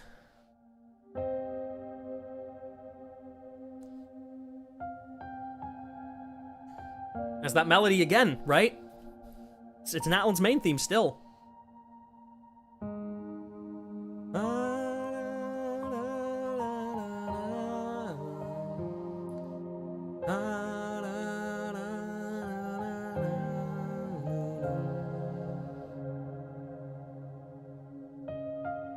I almost want to... Hold on.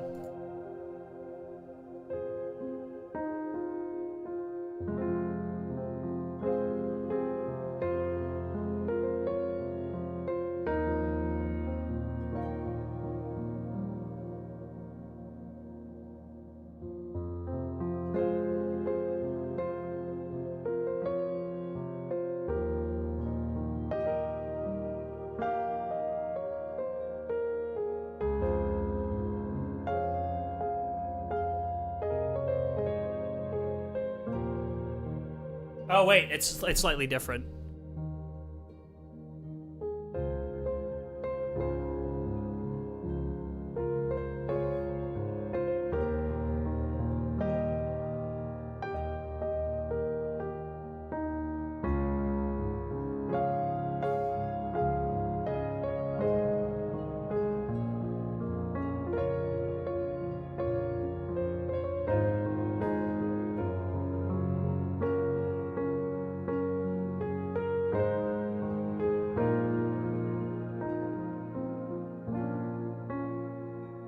Ugh.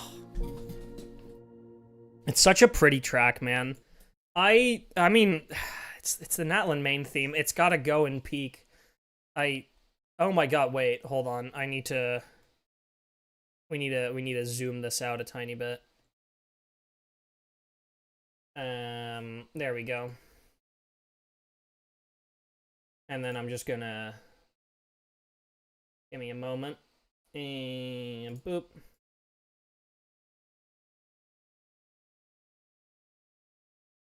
There we go. Much better. Right. Realm of Ethereal Murk, which I believe is Night Kingdom? Surely this is Night Kingdom, right?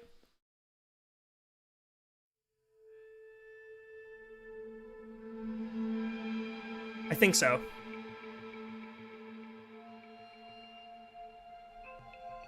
Yeah, it is. It is.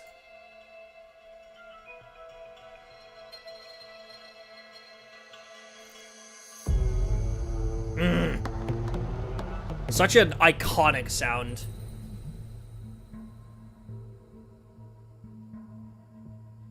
There's that fucking foghorn.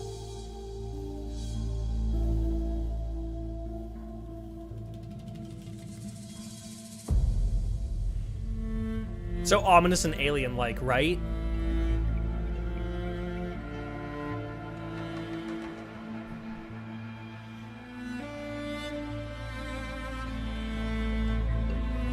Oh wait, it's swapped these two tiers. Oops.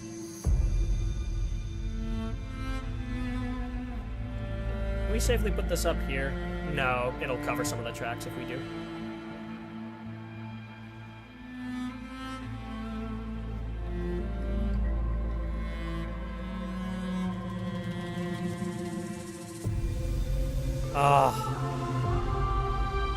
Yeah, it's such a haunting track.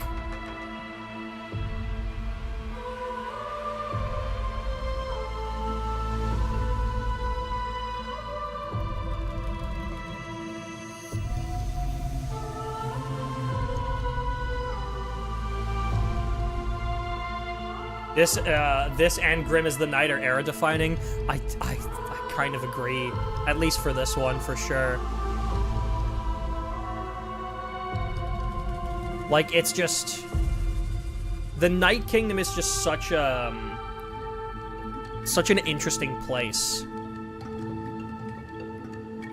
To both, like, Genshin storytelling, but also just, like, visually. It's so striking. I mean, sound-wise, too. Like, that foghorn, like, right here. Just... Oh! Like, it's so incredibly iconic. Dude, we're gonna put so many more tracks in era-defining than we did for the Nodcry first album stream. But then again, like, the Nodcry first album's only been out for a little bit. I feel like it's hard to call tracks era-defining because, like, I effectively have to guess which tracks are gonna be remembered because they're all so new. For this, like, it's so much more obvious which tracks are, like, super well remembered by people. Right. Then we have next Blaze of Fervent Night, which just quickly gonna double check which quest that is in. That is in primarily Act 2, which I'm assuming that means this is also Night Kingdom. Yes. Yes, it is.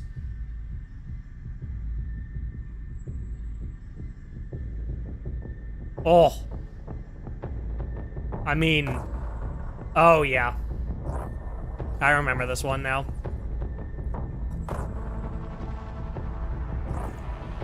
This is when you're leaving the Night Kingdom, right? When you're trying to make it out?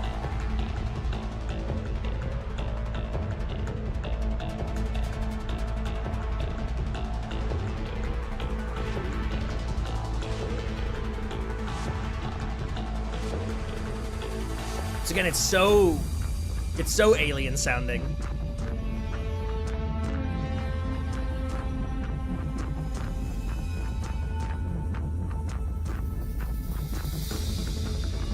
Like, there's just enough live instruments in this to still make it sound like it's from Natlan, but, like, there's so many, like, synthesized instruments in this. I think this one goes in very good. I'm putting this one in very good. I'm gonna be a little bit harsher on this one, just because, like, there is a proper Night Kingdom battle theme, which I think would fit better in a higher category. But that one is really nice. I believe this next one, Inheritance of an Ancient Name, literally plays when one of the 6 heroes inherits their ancient name properly and like awakens it. Right? Is it? Give me the Ode of Resurrection. Hit it. Oh, yep. It is this one. Am I about to put another track in era defining?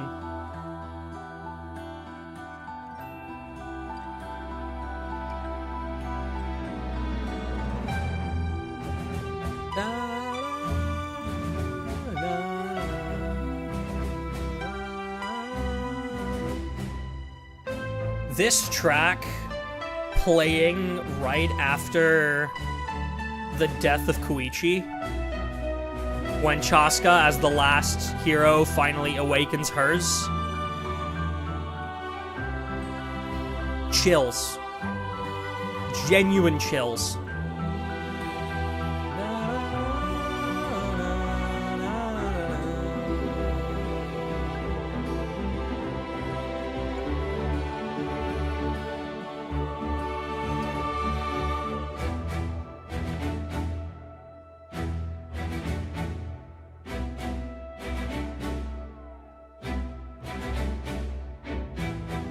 Like, it's so beautiful.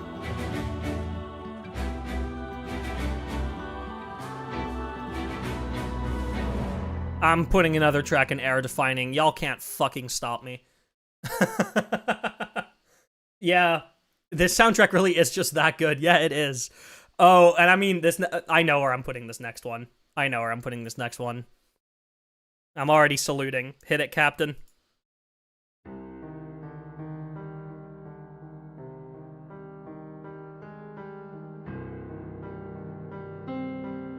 Ugh.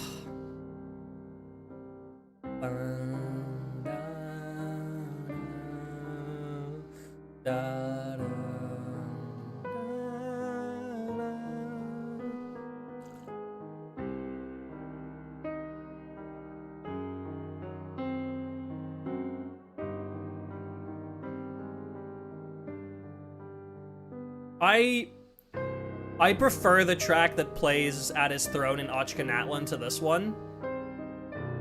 But what a brilliant introduction to this character. Just doing it with just piano is risky. Very risky. And they execute it so well.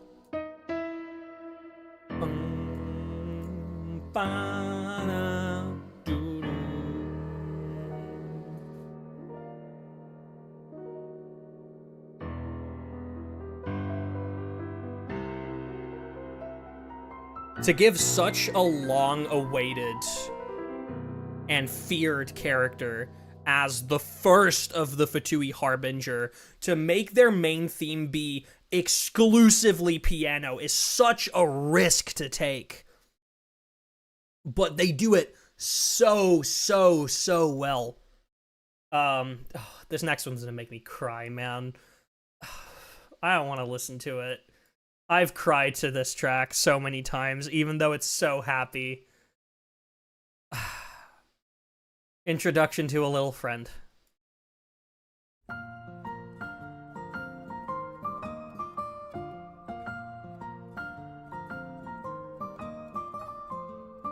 Man.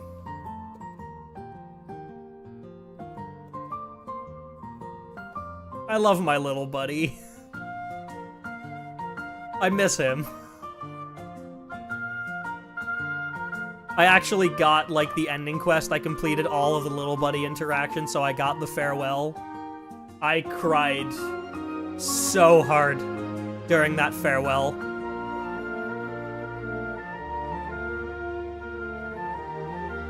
It's still my avatar to this day. The avatar that you get for completing that farewell, I'm not changing it.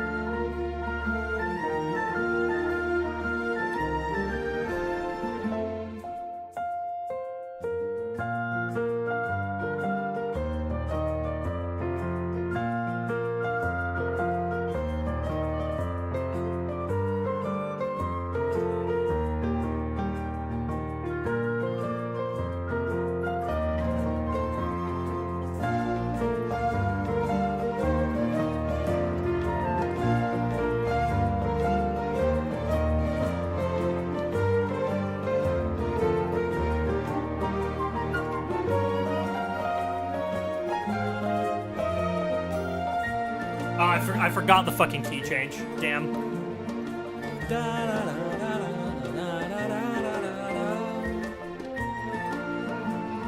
Man.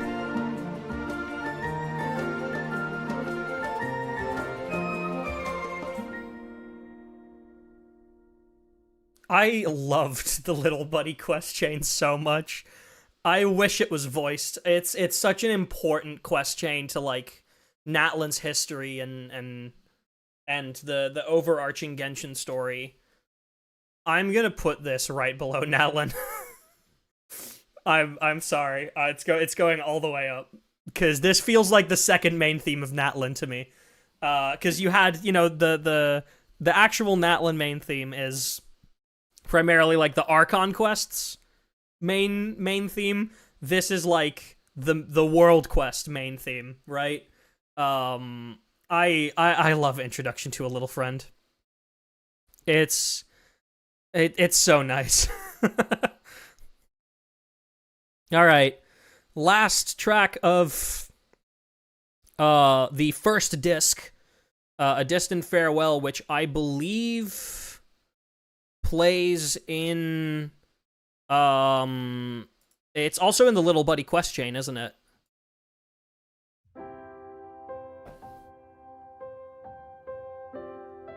Fucking put it up there. Put it up there. I don't give a shit, man. I cried so hard to this track, too.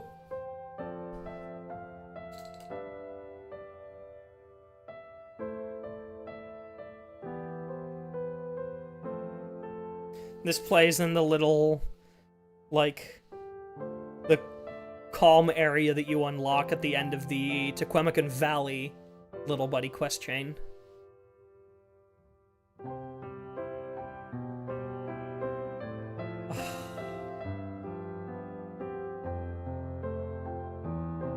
A descending chord progression, man.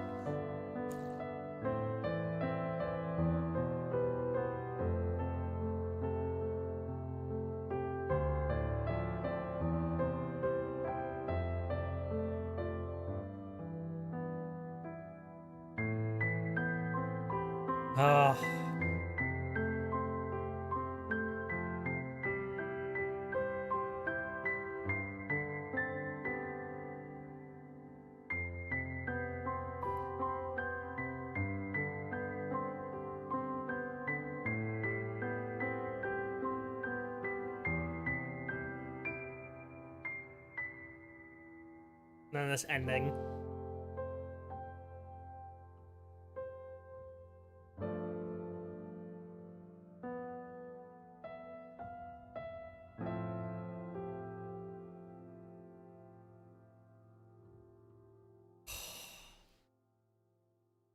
I honestly, I know we had like after 5.5 after the we got the Collective of Plenty in the Sacred Mountain. I know we still had the Summer Resort in 5.8, but 5.6 to me felt like the true actual farewell to Natlan to me, because we should listen to Where the Dragon Cast is right now just to twist the nut. Shut up. We're not listening to that until we get to the Radiance of Flame album. I'm not doing it. But I feel like I started saying goodbye to Natlan in this update, in 5.5, because the little buddy is so involved in the entirety of Natlan's exploration, and I really missed him when doing the Summer Resort. I really did. I really wish that we could have taken little buddy with us to the Summer Resort, but it made sense after the Sacred Mountain quest to put that storyline to bed. It made sense, but still, man. And obviously that update we also had the Saurian event, which ended with a beautiful cutscene that just felt like a goodbye to Natlan to me. Mainland Natlan. The Summer Resort truly did feel like a separate thing to me. Obviously the story quest at the very end has a very nice cutscene where, all the Natlan characters except for Citlali are present, because of course she's not there. Extremely in character, no issues with that, makes complete sense. And that was obviously the actual farewell, but to me it felt like this is where I said goodbye to Natlan. Which means I have been missing it for a while. Alright, that's the end of Disc 1, and I mean, Disc 2 starts with what I would say is the quintessential Natlan overworld track by a long shot. Put it up there. Quintessential Natlan track right here.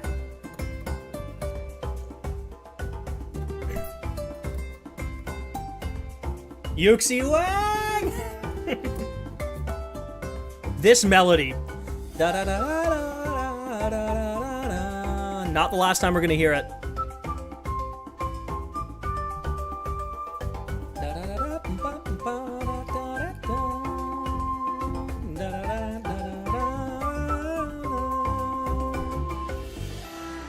This is my favorite part of the track.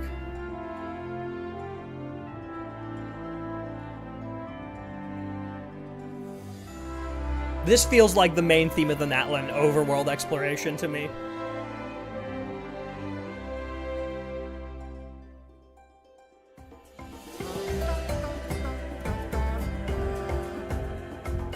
I really love the use of sustained chords in this.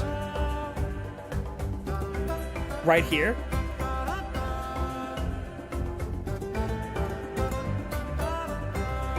Everybody.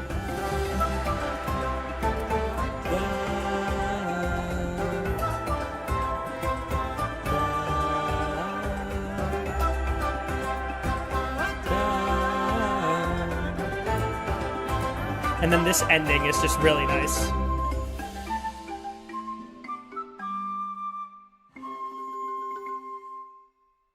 Quintessential Natlan overworld. That melody.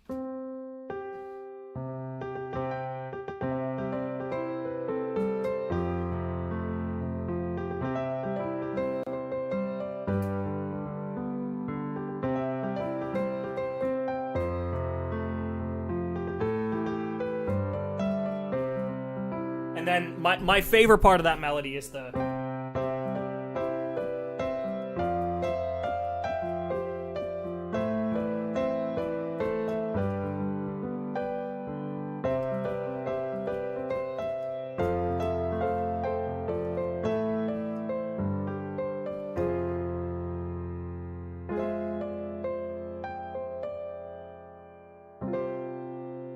Oh, it's that chord. It's the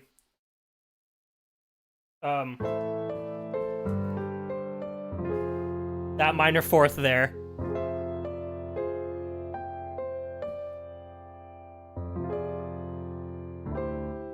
It resolves so nicely, you know?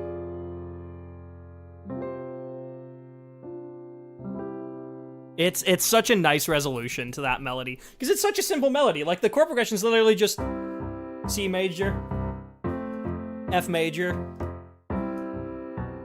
C major, G major, C, F, A minor, G major, and then back to C. It's just...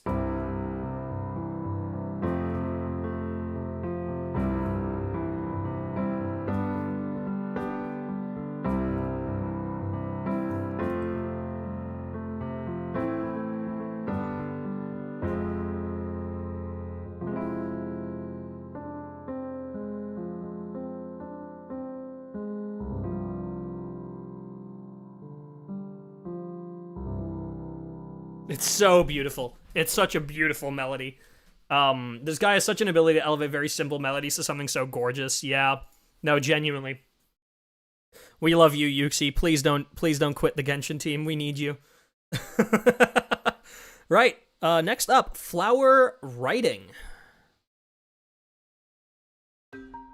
Ah, of course.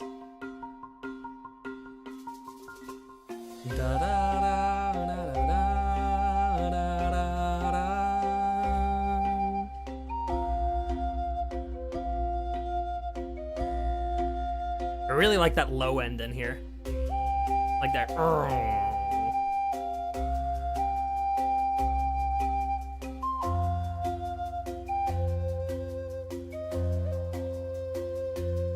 Key change.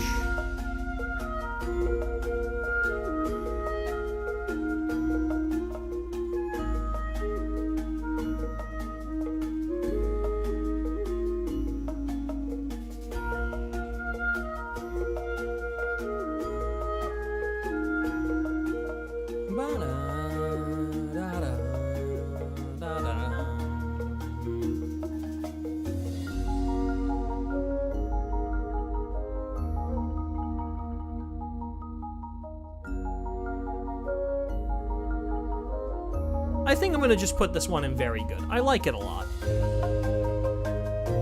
Like, it's high on very good.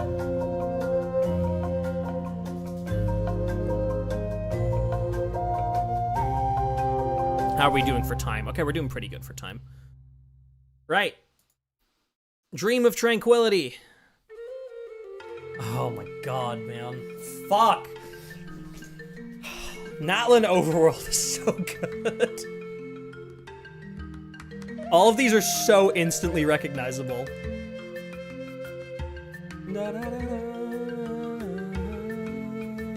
Minor fourth here. Oh.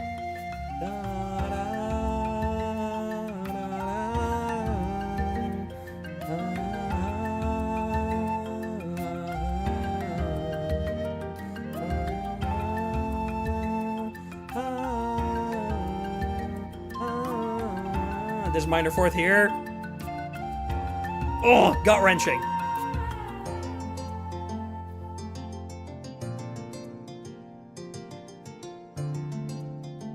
Really nice string instruments, and then bring in the vocalists. Oh.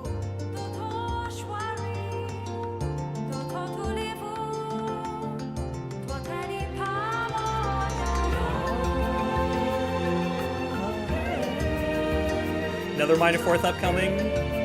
This next chord. Oh, it's so gut-wrenchingly nostalgic. It's so good. It's era-defining.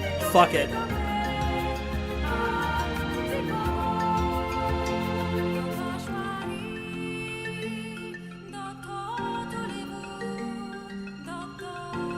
Another minor fourth at the end.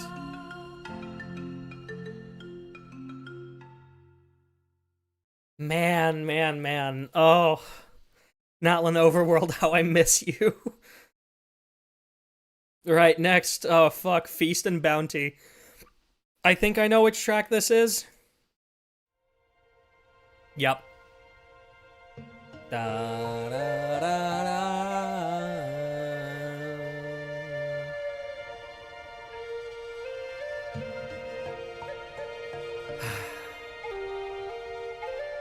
I miss this region, man. My favorite Xinjiao track ever, really? I respect that.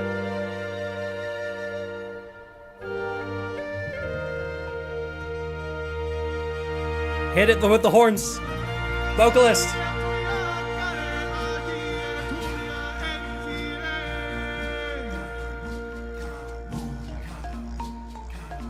Oh.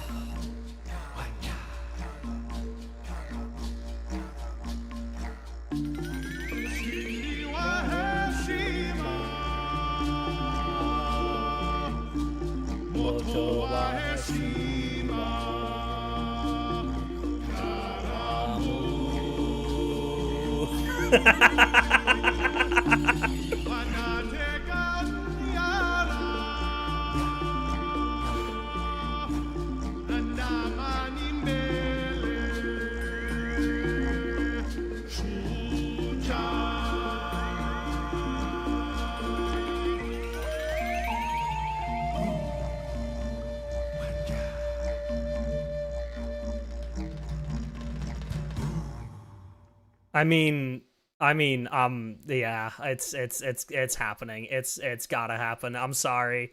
It's gotta go in there, chat. I don't make the rules, even though I do. Right. Chirping. All right, where are the elephants? Yeah, I mean, we don't really have elephants. We're more like giraffe-like animals. They're not quite giraffes, but basically, yeah, that's definitely like South Africa type cultural inspirations for that one, and I love it. I love it so dearly. Right, Chirping of Canyons. I believe this is Tequemican Valley. Ah, of course. Of course.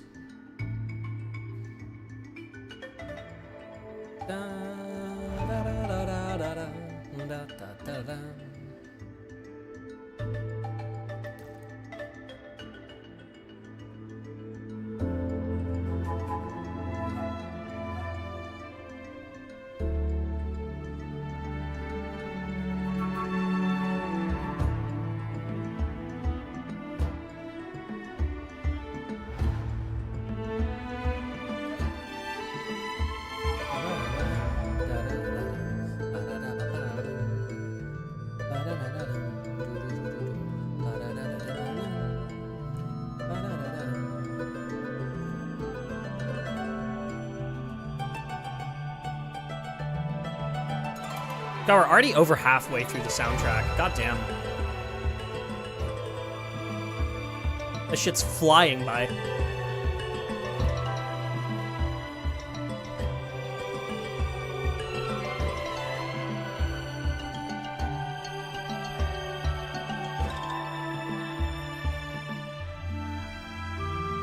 I love this section specifically.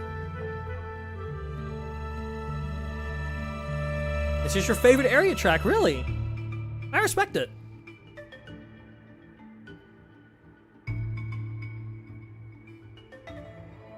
I think personally I would put it in very good.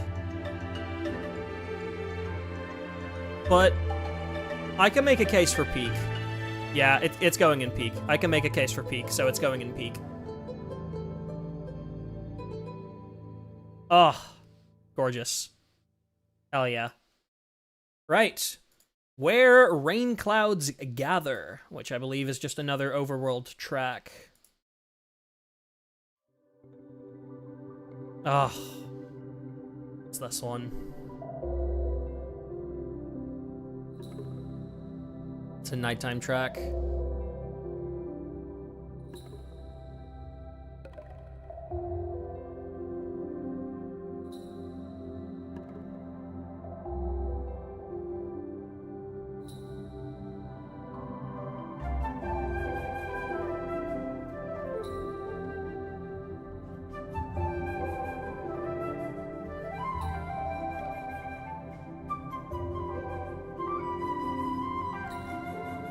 Oh no, this is a daytime track.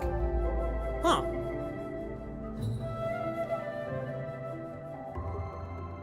I would have thought this was a nighttime track, but it's not.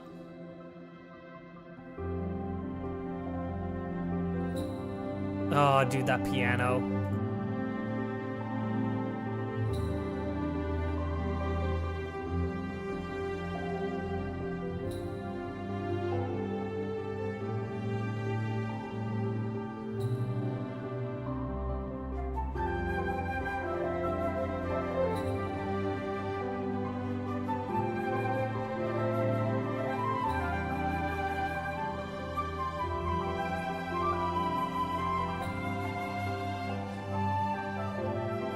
I'm just taking it in. Peak it is. Peak it absolutely is. All right, let's just keep moving. Fog of the Seasons. Keep the Natlan daytime tracks coming.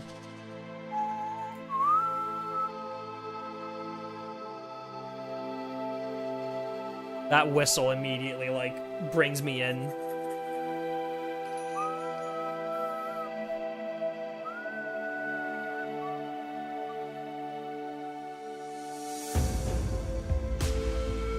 Such gorgeous percussion.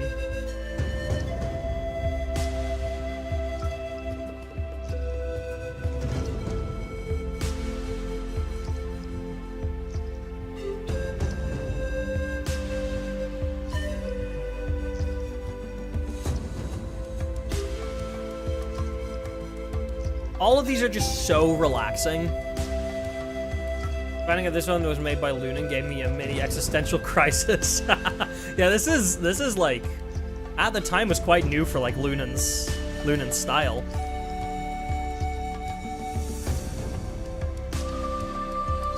But like the percussion does kind of give it away, I feel like, but I guess that's just because I'm more used to like the Lunan that we have currently.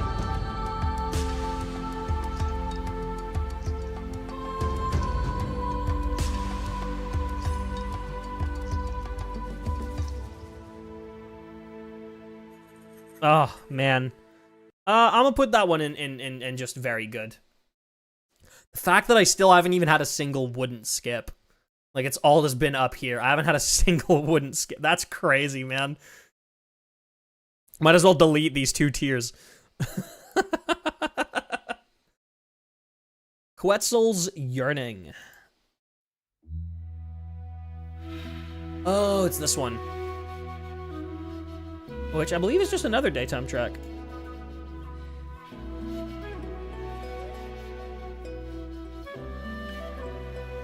Yeah, I believe this and the next one are the last 2, like, daytime main overworld tracks that we have.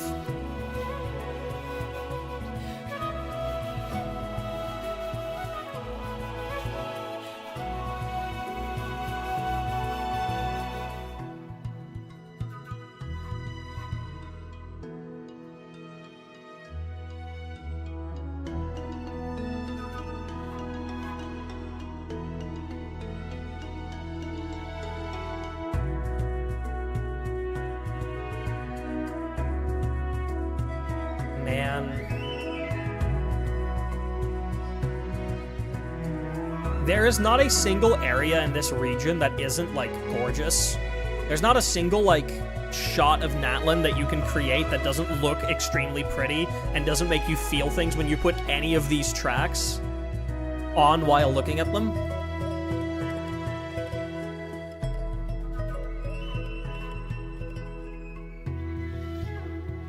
I think this one goes in peak, personally.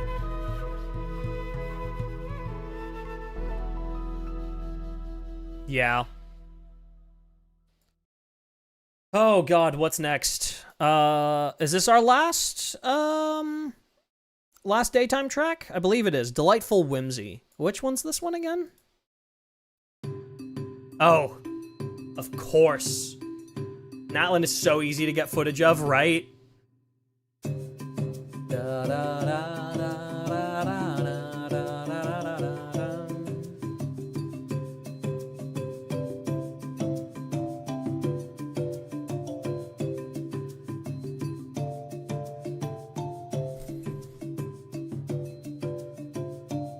This one's just, like, it's called Delightful Whimsy, and, like, yeah, it is. This one is just Delightful Whimsy.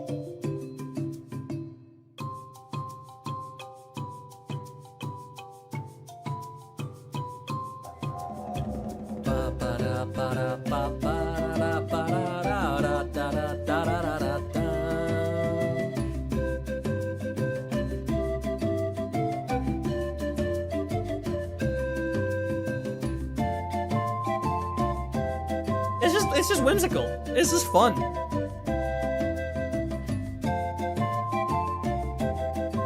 It's nothing too special, but it just fits the region really well. It goes in very good. It goes in very good. It just fits the region very well. It's just very nice. I like it a lot.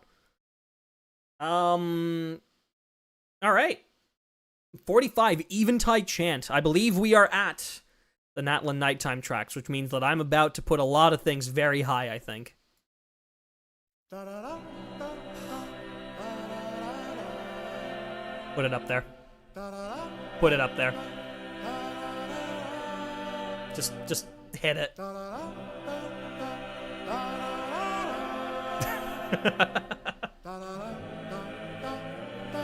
Obviously, this is the Chasing Flames Like Strings motif.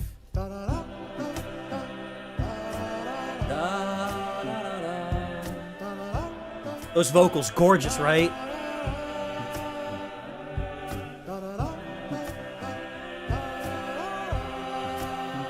This is almost entirely a vocal track. It's just vocals and some percussion.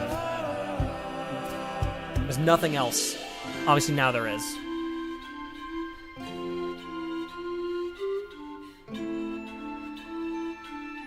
Gorgeous, like, low flute.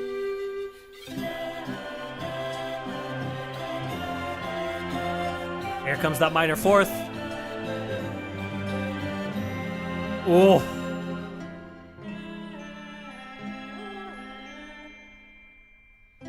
And it lets you hang on that for a while. It lets you hang on that.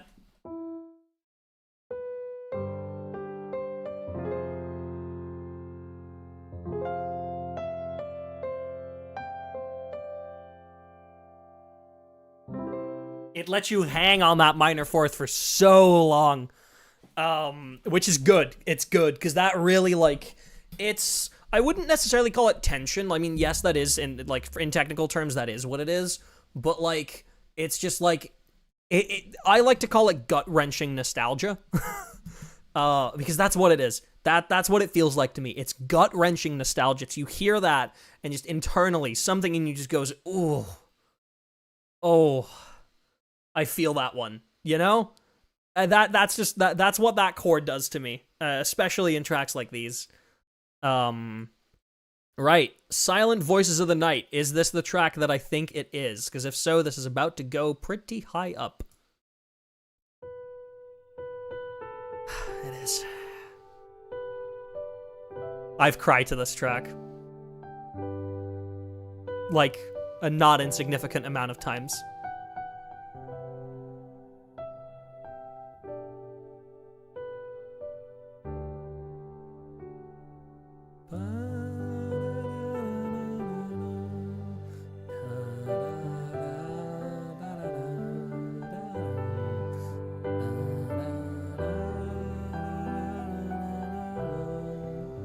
It's this upcoming chord progression right here that does it for me. This section.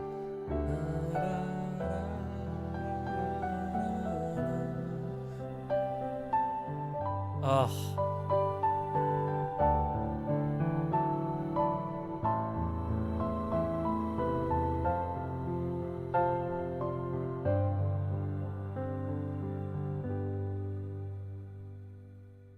We've changed keys.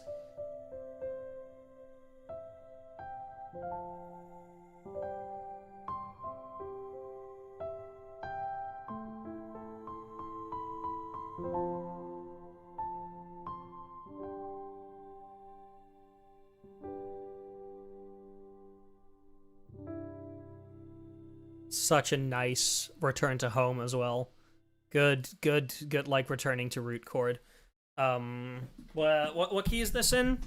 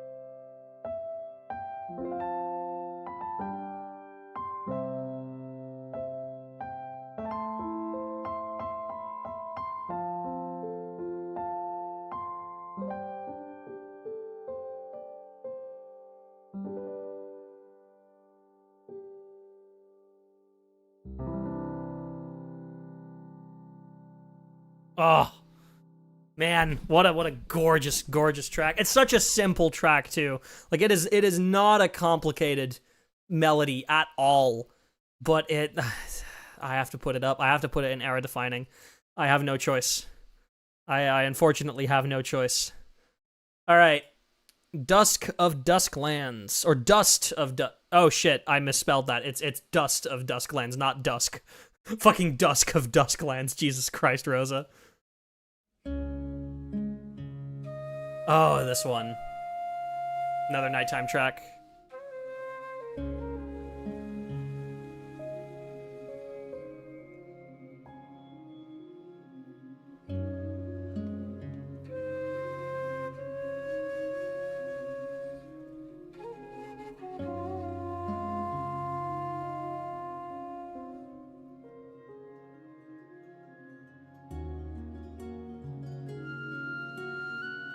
Oh, man.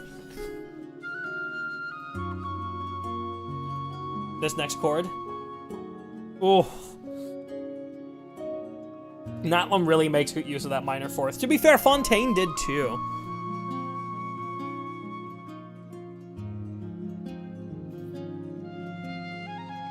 It's a really nice contrast with Nodcry, because Natlan really likes to make use of the minor fourth in a song that's in major key. Whereas Nodcry really likes to make use of the major fourth in a minor key. Both of which have like a very interesting, like, they have a very interesting effect to them.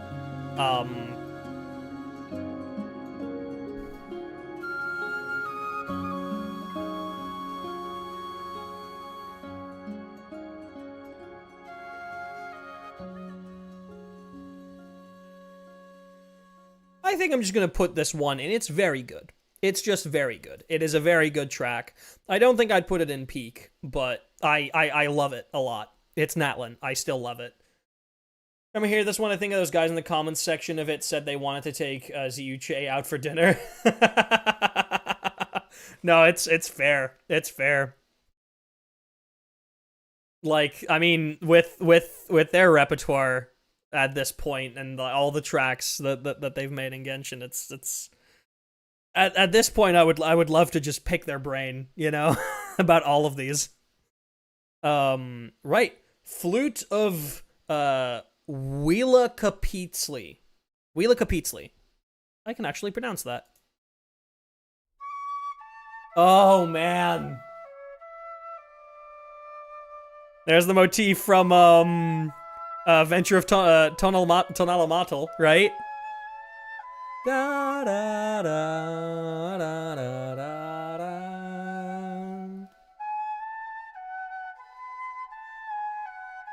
You're gonna hear that in a battle theme in a little bit.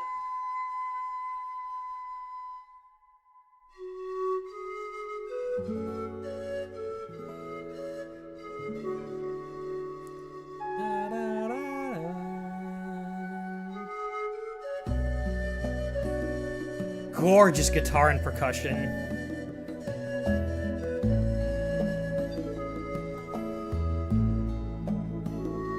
Yeah, the first person I've heard not butcher the pronunciation of that. Like this track, the flute of Wheelakapitsli, or Venture on Tonalamatl. Which one?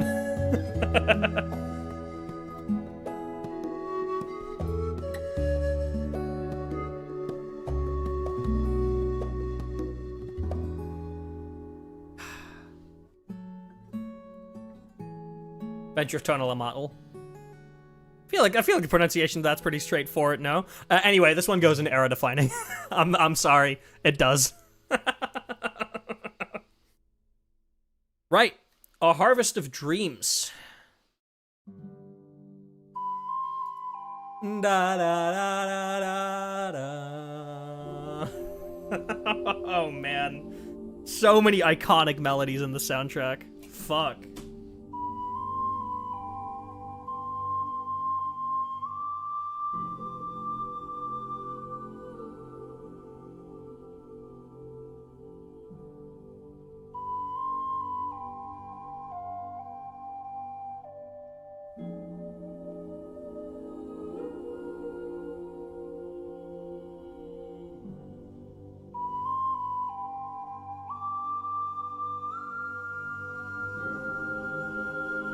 I love how they twisted this melody for the nighttime version of this track.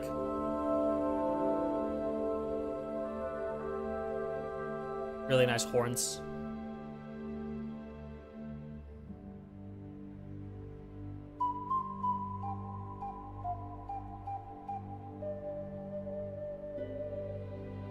It's such like a atmospheric kind of track.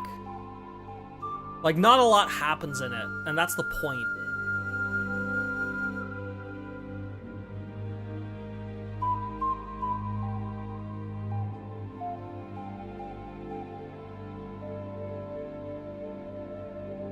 That's kind of what's so beautiful about it. I'm putting it in very good. Next, Until the Morning After. Oh, this one. We're in the couple of tracks that are like very atmospheric. They don't have a whole lot going on. They just kind of like allow you to absorb yourself into this nation.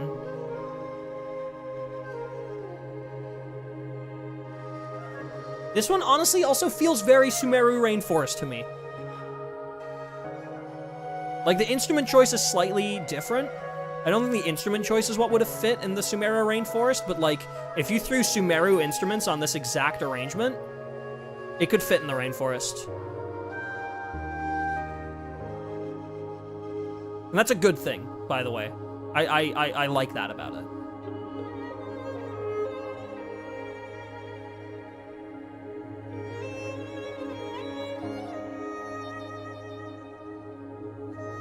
Like, Natlan and Sumeru definitely have a little bit of overlap in places, like, melodically. And I think that's awesome.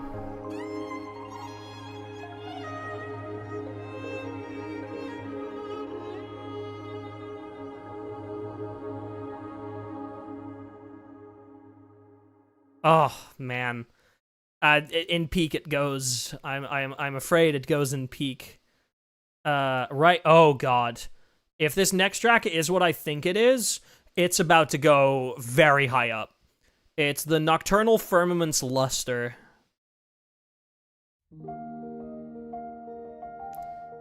Yep. Oh man. Natlan piano tracks, you will always be famous. I've cried to this one too.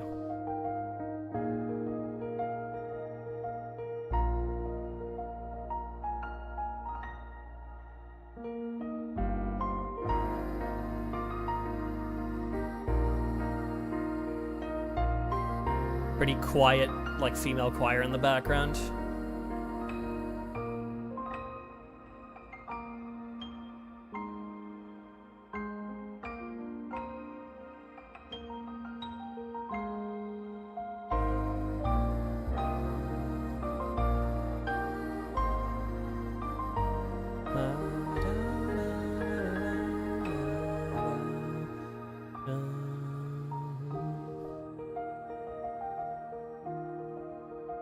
It's just such a good melody to build on.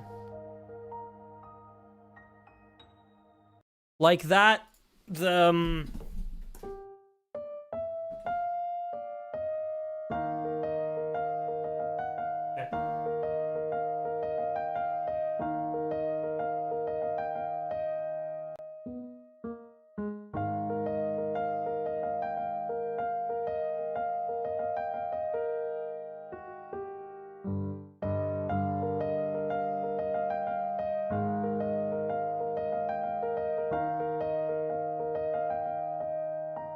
It's such a good melody to build on.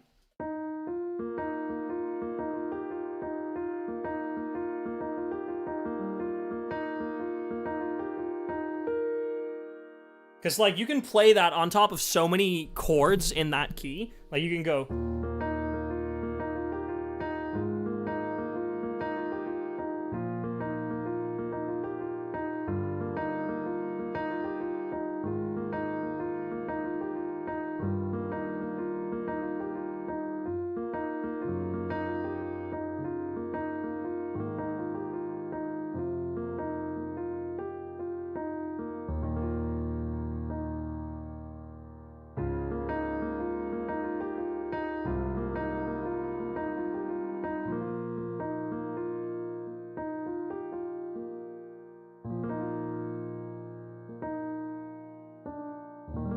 Like, you can play that on top of basically every chord in that key. Hold on, let me try and do something interesting.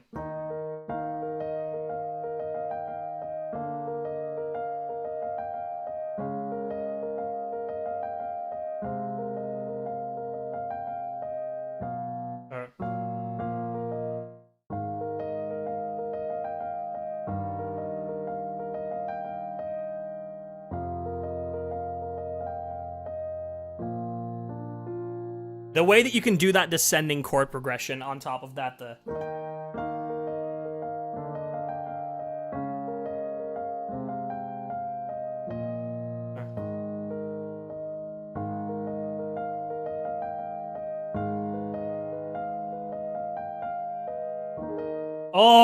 Oh, you can improvise with that so hard. Oh my god. Wait.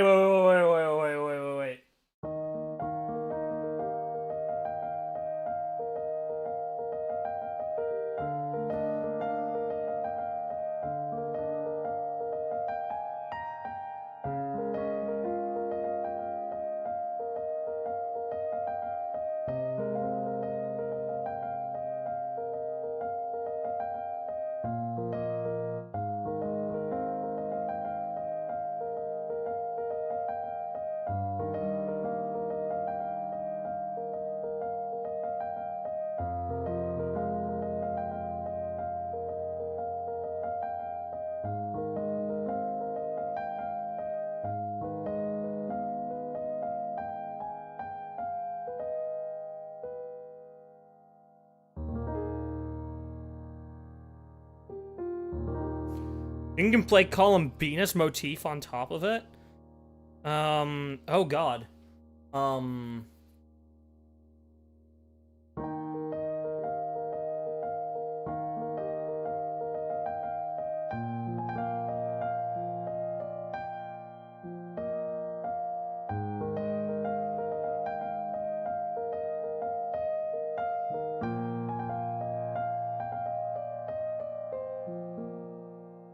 I mean, yeah, you kind of can. You kind of can, yeah.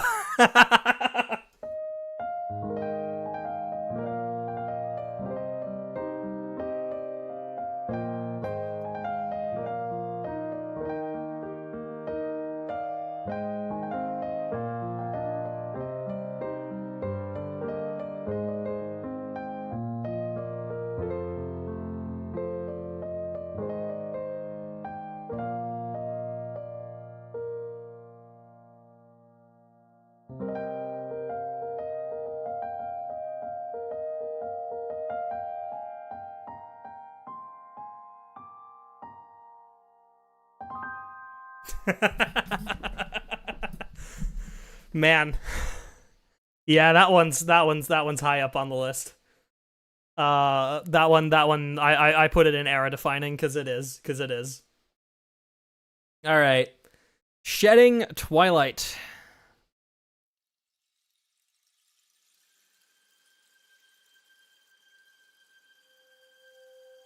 No. Hit it. Yeah, there it is. Nighttime track.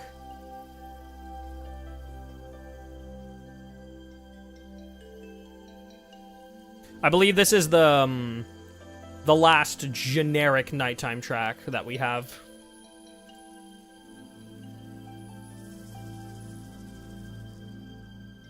That's so awesome. Thank you.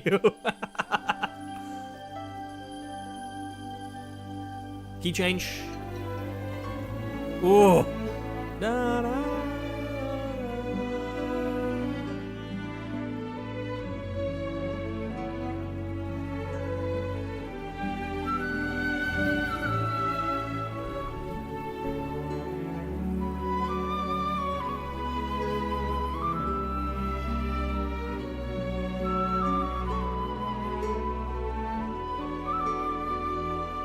Oh man, it's so pretty.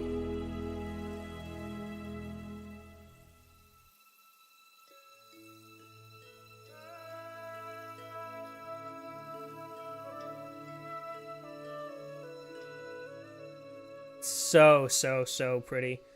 All right, chat. Here's what we're gonna do.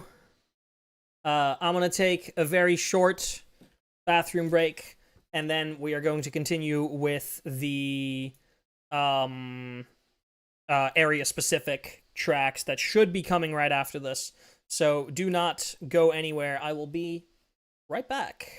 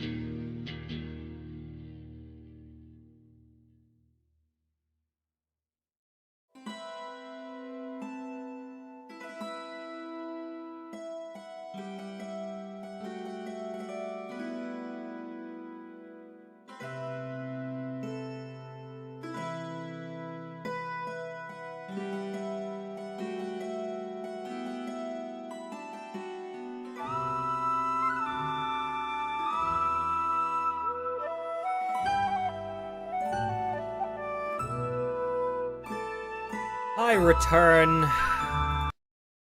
Get that Nah Cry music out of here. That's the wrong region. Where are we at? Right above the Glorious Crown, which I believe is a Toyak Springs track, if I am not entirely mistaken. Yes. Da da da da da. Oh. Da da da da da.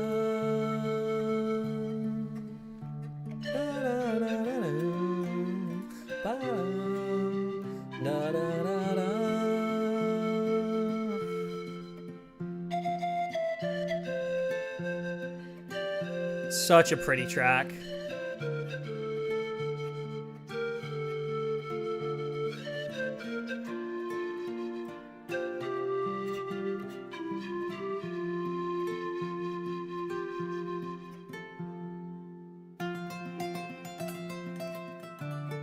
Really pretty guitar playing.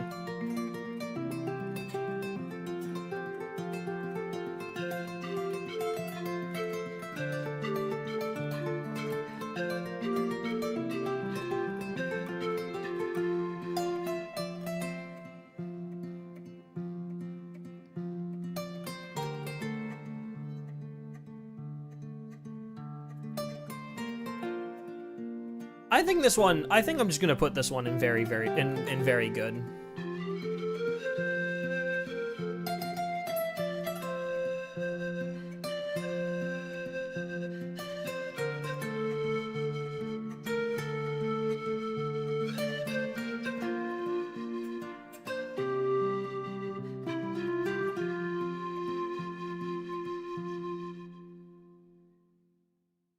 Hell yeah. All right, let's keep it going. Cozy in the Light.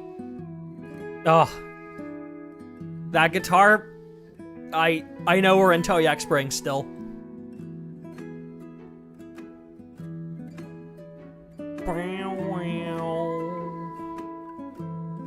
Good minor fourth right there.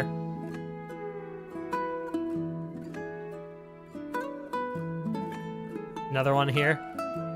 Oh. Beautiful.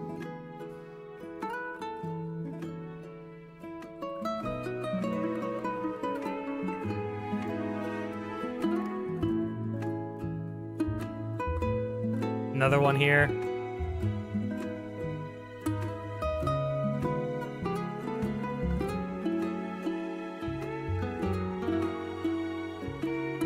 This one, almost, the chord progression feels very Pokemon to me.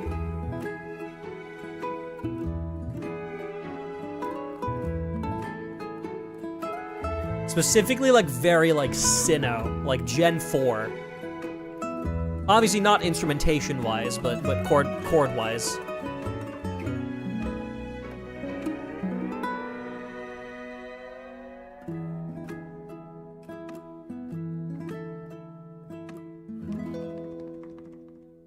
Oh.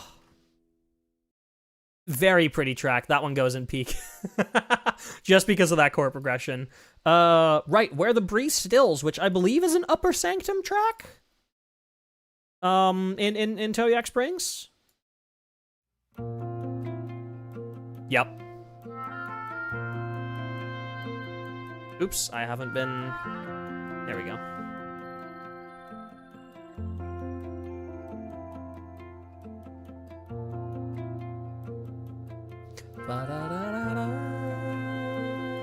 Does Genshin do live performances around the world? They have. I've actually been to one. I haven't done one in a little bit.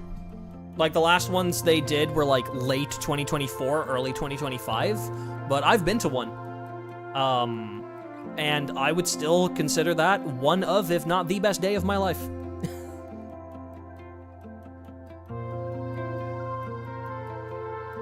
Unfortunately, I've only heard 2 tracks from this album live because the majority of Natlan had only just released. Oh my god. Natlan had only just released when they started this orchestra tour, so they didn't really have time to like put these into their arrangement or put these into their like repertoire. So I've only heard 2 of the Natlan tracks live, but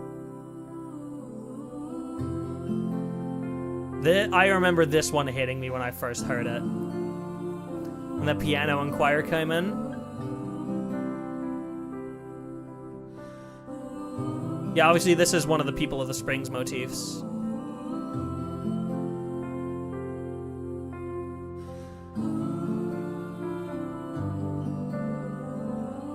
Oh, man.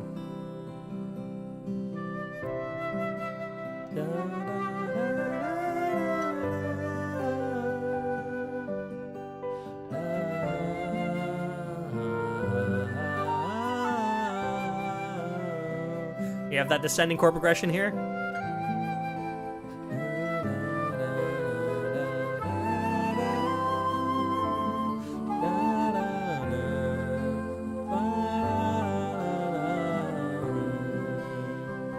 That's obviously from Makani Olu Olu.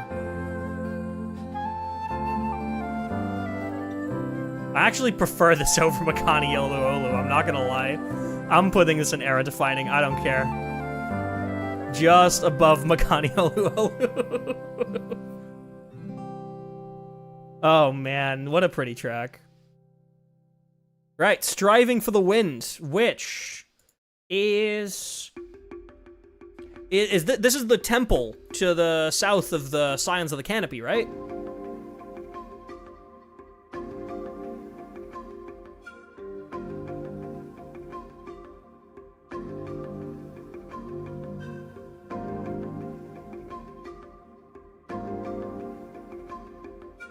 I think it is.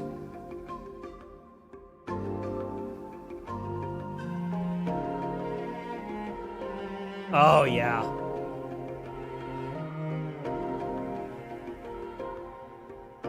So we're in the Turquemacan Valley stuff now.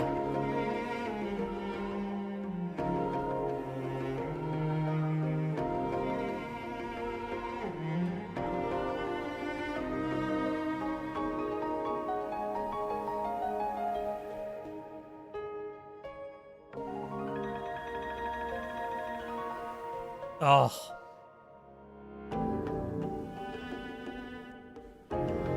Not actually heard this one that often.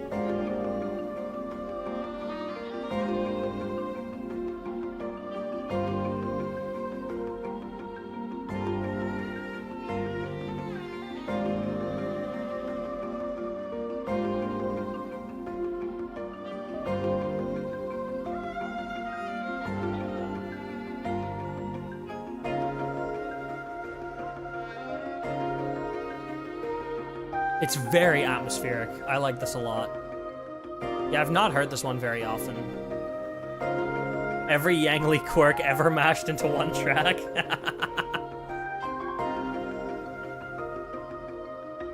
I need to get more familiar with the individual composers. I really do.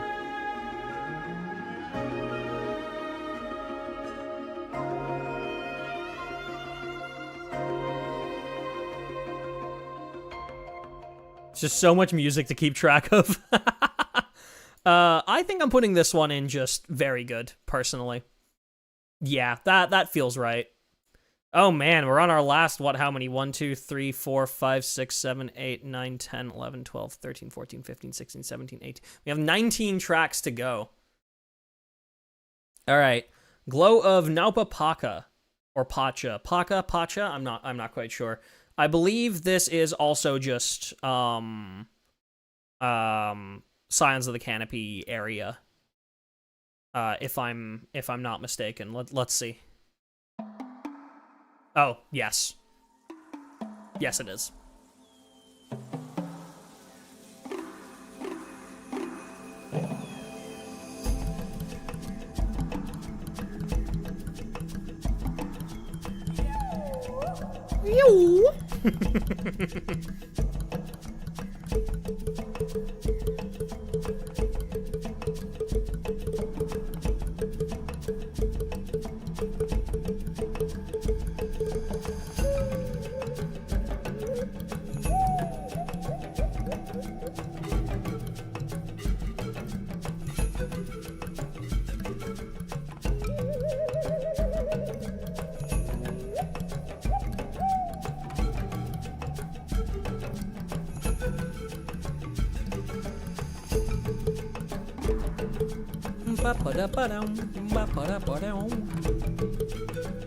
This is just, once again, very atmospheric. Not much happening harmonically here. Even melodically isn't too interesting. It's like, it's mostly a percussive track that just really like takes you into the vibe, you know? Which is why I'm gonna put this one in very good. Honestly, this might be the first track that I'm gonna put in wouldn't skip. Which that feels mean. That really feels mean to do. But like, it's not one that I would go out of my way to listen to. All tracks in very good are ones that I would probably like go out of my way to listen to. This one I probably wouldn't, which feels mean. But it's still a very good track. Yeah, no, that feels right. All right, I know where I'm putting this next one. Oh.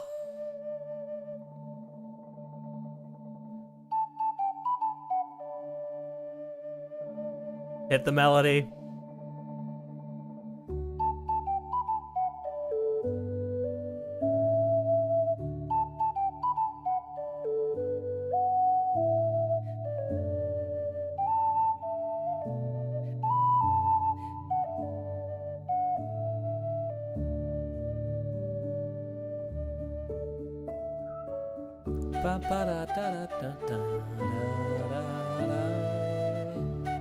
It is such a cute track. And I like it a lot. I might struggle putting this in era defining, but I think I might.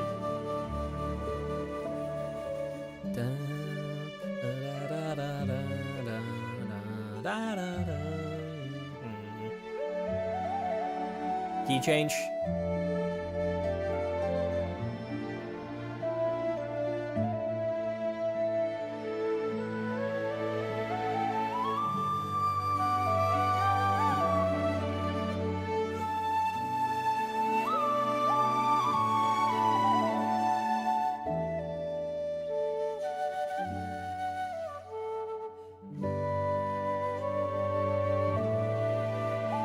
Oh.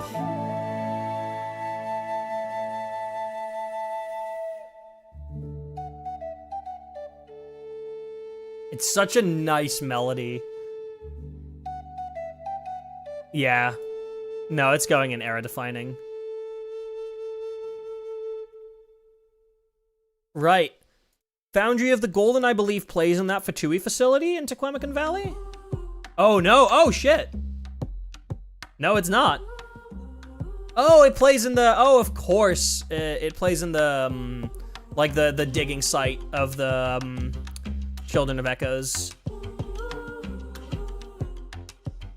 So we're back in Tequemacan Valley. Dun dun dun dun dun dun dun bum ba bum bum bum ba dum bum.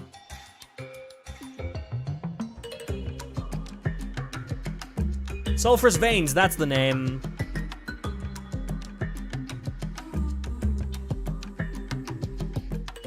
Yeah, we have a couple tracks that play here.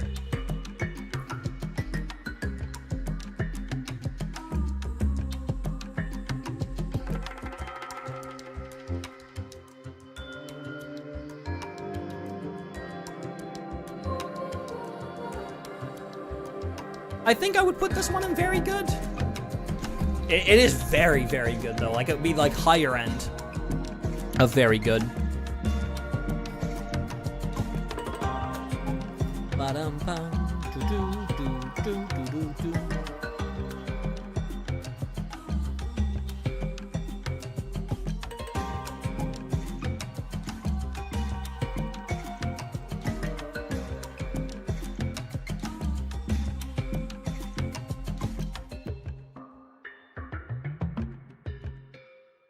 Yeah, that feels good. That feels good. Like, very, like, high end of very good.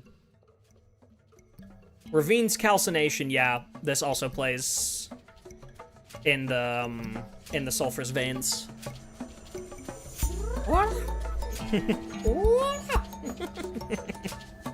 I can't do that R. I can't roll that R like that. My tongue is not capable of that.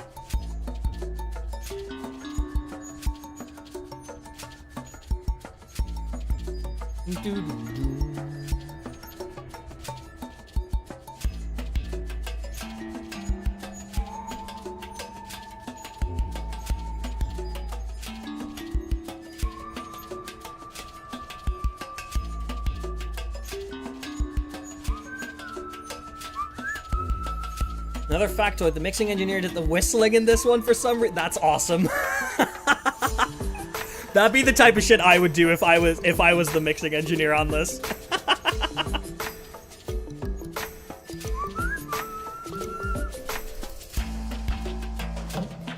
That'd be some shit I would do.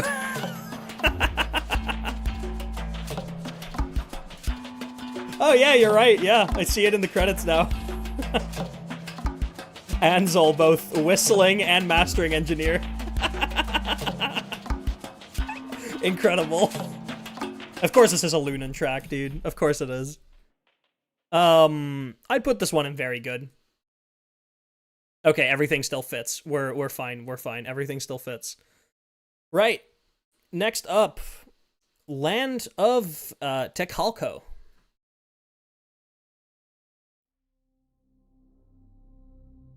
Bum, bum, bum, bum, bum, bum. Oh no, it's not this track. Okay.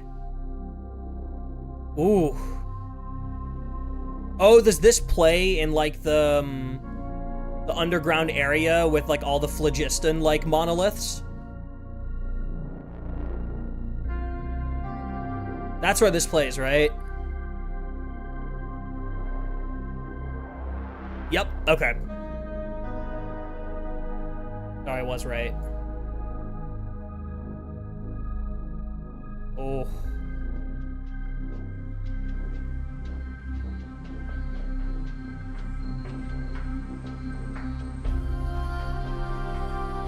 Oh, man.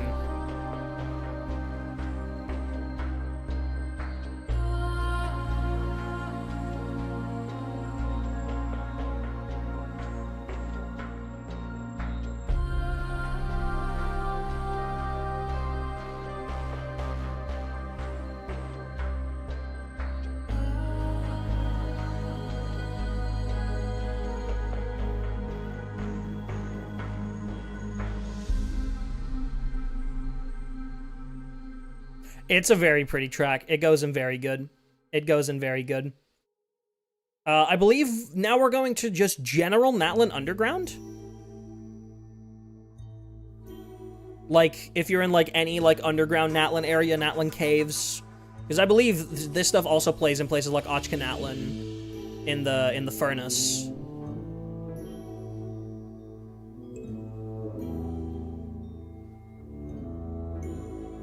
So I believe this is just general Natlan Underground.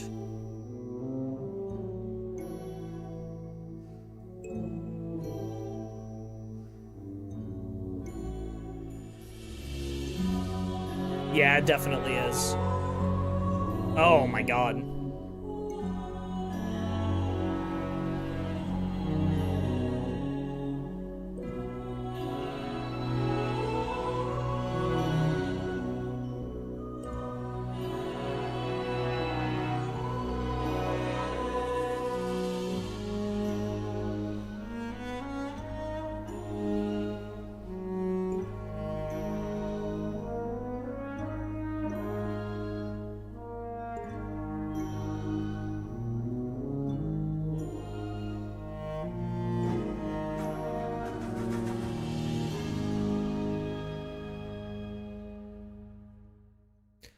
That is a beautiful track.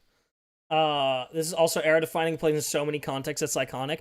I don't think I'd put this in era defining. I think I would put it in peak, because it is definitely like a defining Natlan like cave theme, but I don't think I would put House of Cinders in era defining personally. We definitely still have some tracks that are gonna go in there, but I think I would just put it in peak personally. Right. Reminiscent of the Stolen Flame.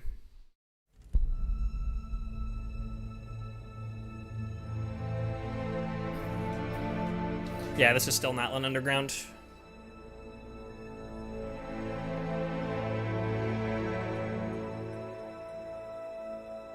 I think that might be the majority of what's left.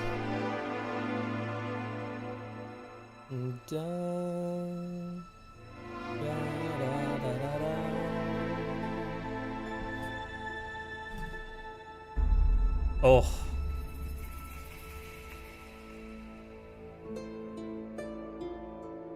Also plays during the war in Act 4. You're right. Yeah, it does.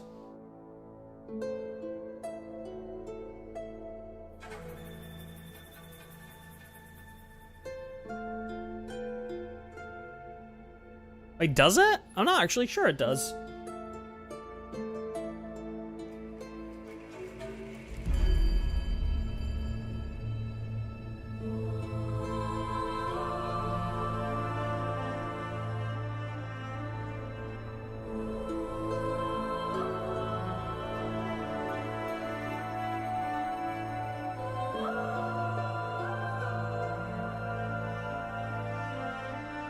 It sounds similar for sure, but I don't think this plays there. I think this does play in some of the domains, though.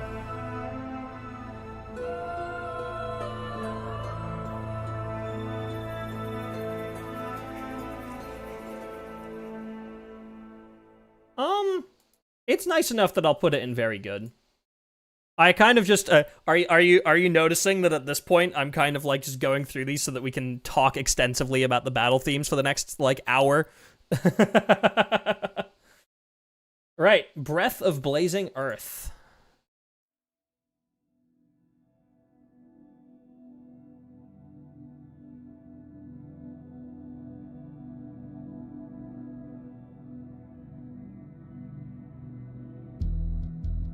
Oh my god, yes, this fucking bassline. Dude, this is some Halo-ass bassline, man. This is some shit Mike Salvatore would have written in, like, 2012. Or 2011.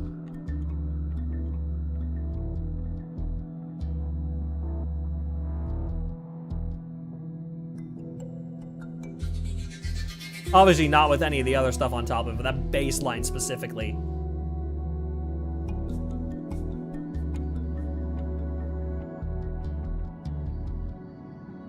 Yeah, absolutely Halo bass. Yeah, right?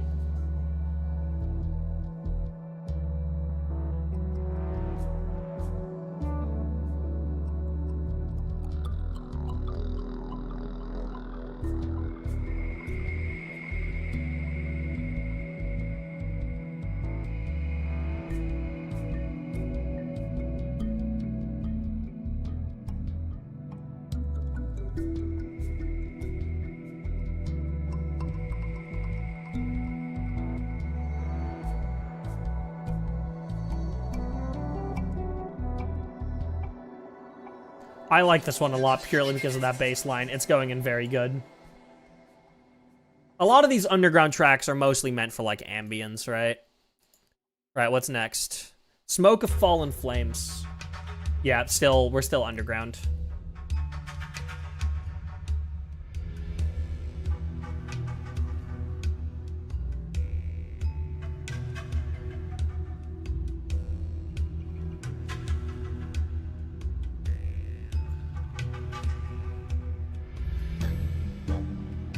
Oh.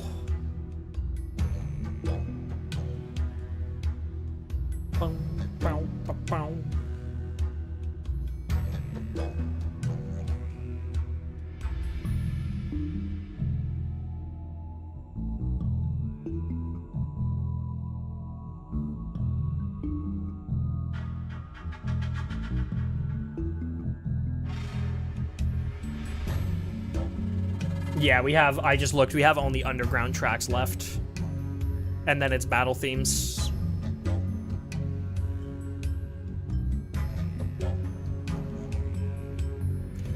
Means that the latter half of disc 2 is very dark. Still got that bass line in there, though. Very nice. I think this goes into the wooden skip for me, though. I don't want Glow of Naupapaka to be in there alone. Feels mean. Right, Arduous Path. It's also underground.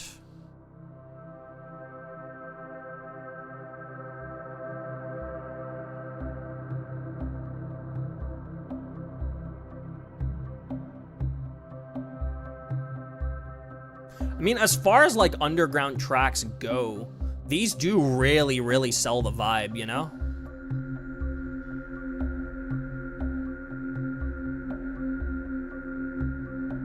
As far as those kinds of tracks go, they do really sell it.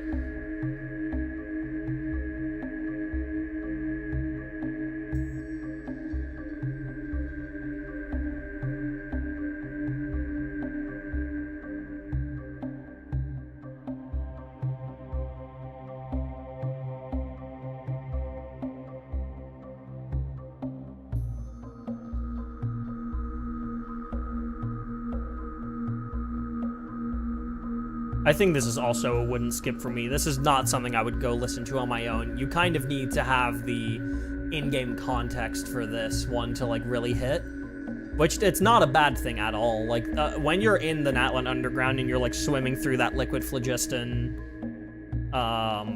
like this is gonna fit the vibe really, really well.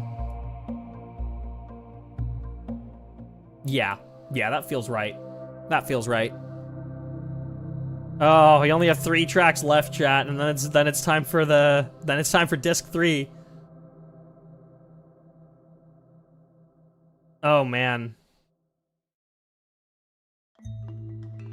A long way gone.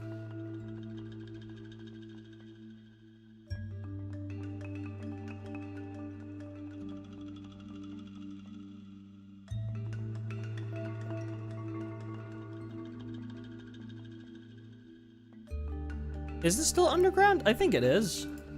I think I've heard this in Natlan. Yeah, I definitely have. In the furnace in Natlan. Obviously reuses that melody. Forgot what the name of the track was that melody's originally from.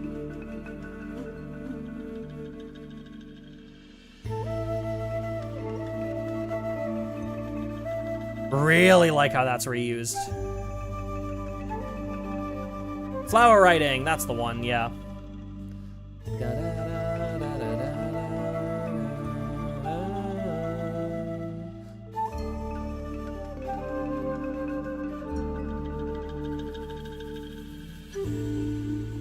Yeah, I really like how that's reused. I'm putting this one in very good.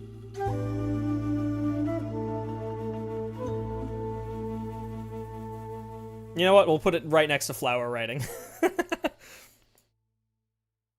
Dirge of Soul and Dust. Oh my god, this is one of my favorite underground themes in Natlan. I love any underground themes that start with a piano like that.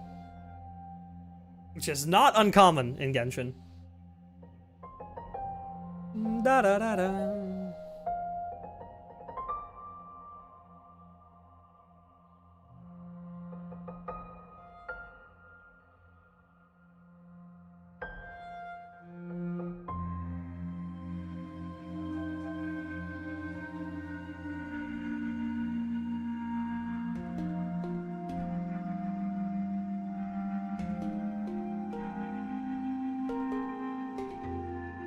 Yeah, this one's really atmospheric, but in a way that I would actually like want to really listen to it.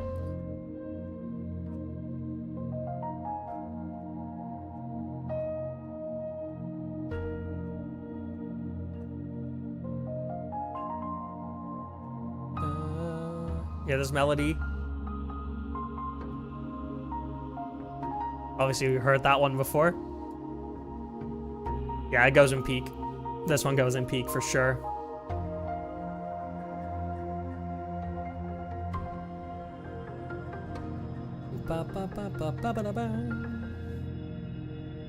Right, chat, our last track of disc 2, and then it's time to lock the fuck in.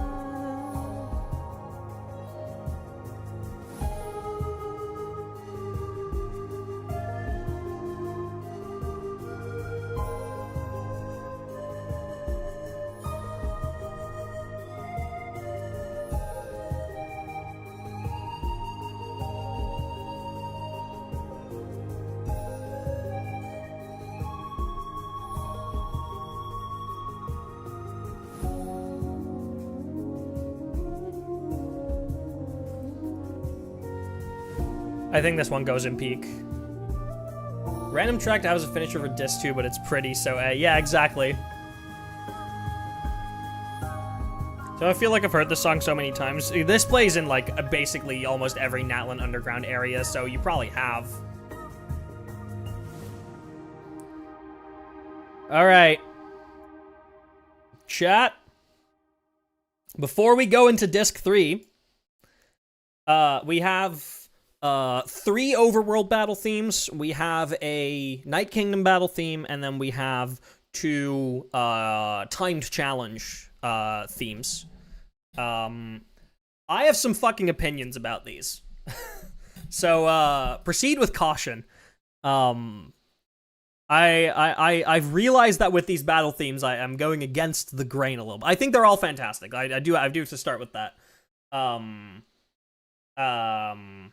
But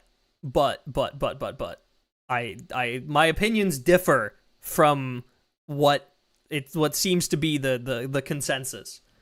So, all right, here we go. Track number 1 of disc 3, the first battle theme from Natlan that we heard, Anthem of the Savannah. I mean,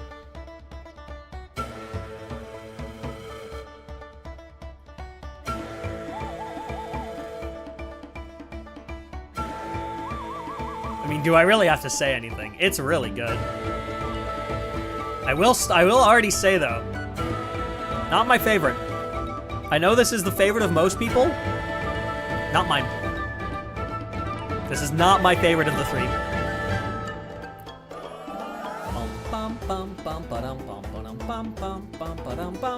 Nice little, like, it's kind of photon of fluctuation, kind of, but not quite.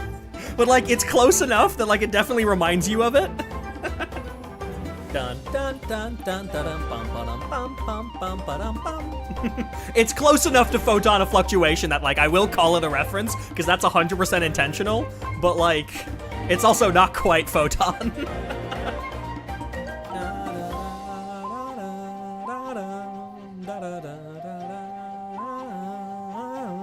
Obviously, this is a melody that we have heard on other parts of the album.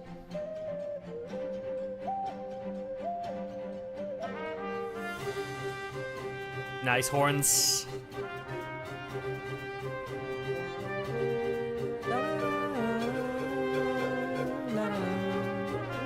All right, hit it, vocalists.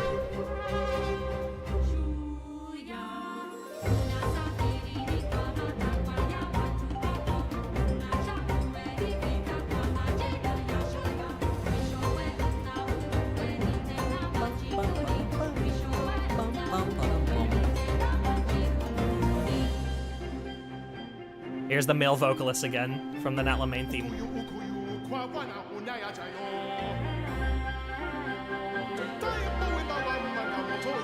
Such a monster of a voice.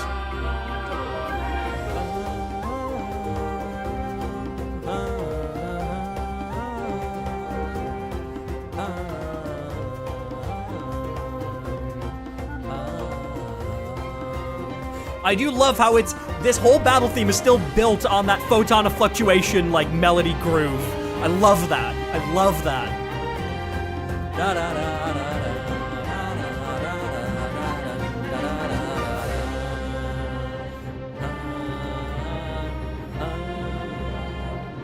Really love this build-up. And what I love especially about it is this entire build-up. You think that the theme ends there, but it doesn't. There's still like a whole minute and a half left. Most battle themes would end on that build-up.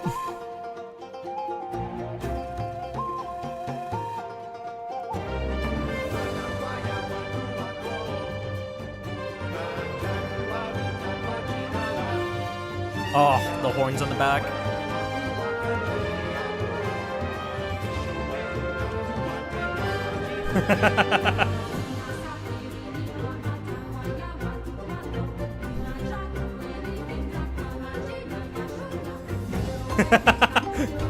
Trying your best to get all the lyrics out.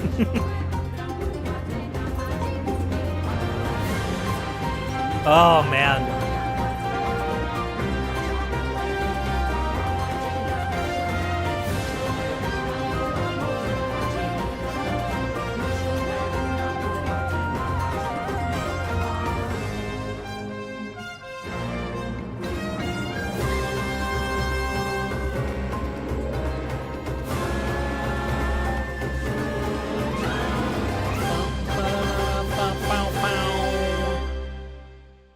Okay. So, obviously, this battle theme is fantastic. It's really, really good. I love that it's kind of built atop like the like rhythmic structure of Photon of Fluctuation. But it's not my favorite. I'm gonna put it in era defining because it is. Like I'd be lying if I did not put this in era defining, like right up there. But oh wait, I put the wrong one in there. Oops. Like I'd be lying if I said this wasn't era defining, because it is.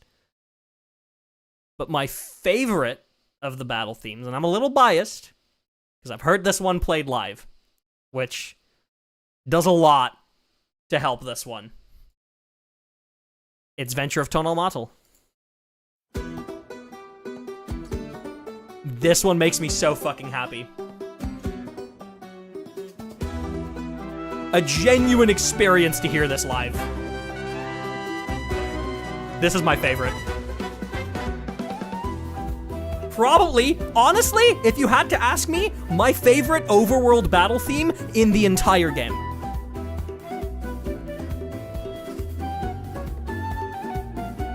Not counting sub-areas, not counting sub-regions. So not counting, like, Natlan, not counting, the fucking, Sacred Mountain, not counting Ankonomiya Chasm, etc. In terms of general main regional overworld battle themes, this might be my favorite in the whole game. And therefore, I am putting it right there. Oh!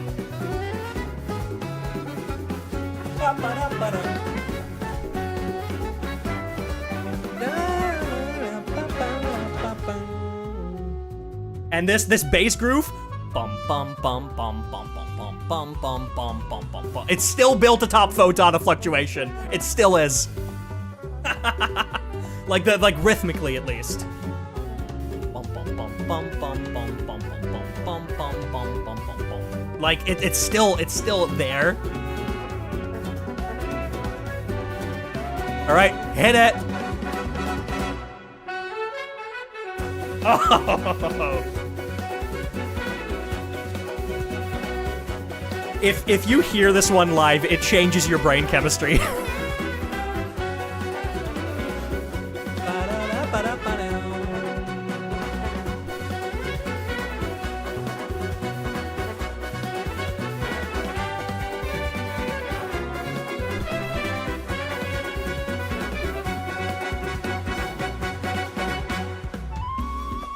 And I really like this in-between section, this little intermission.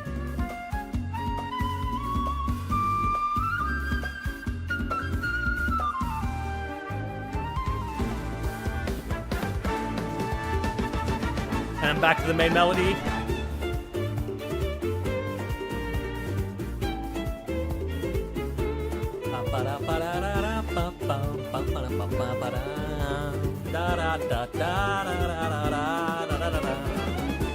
Oh man.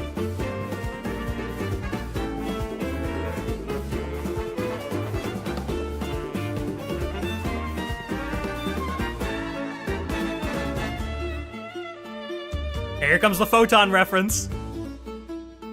Da da da da da da da. They gotta do it. They gotta do it. Key change.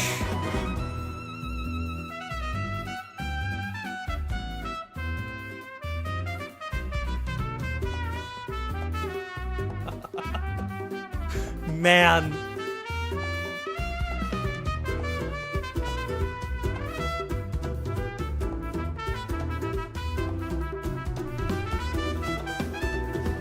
It just, this makes every fight feel like a dance. Fucking hit it again, dude. Oh.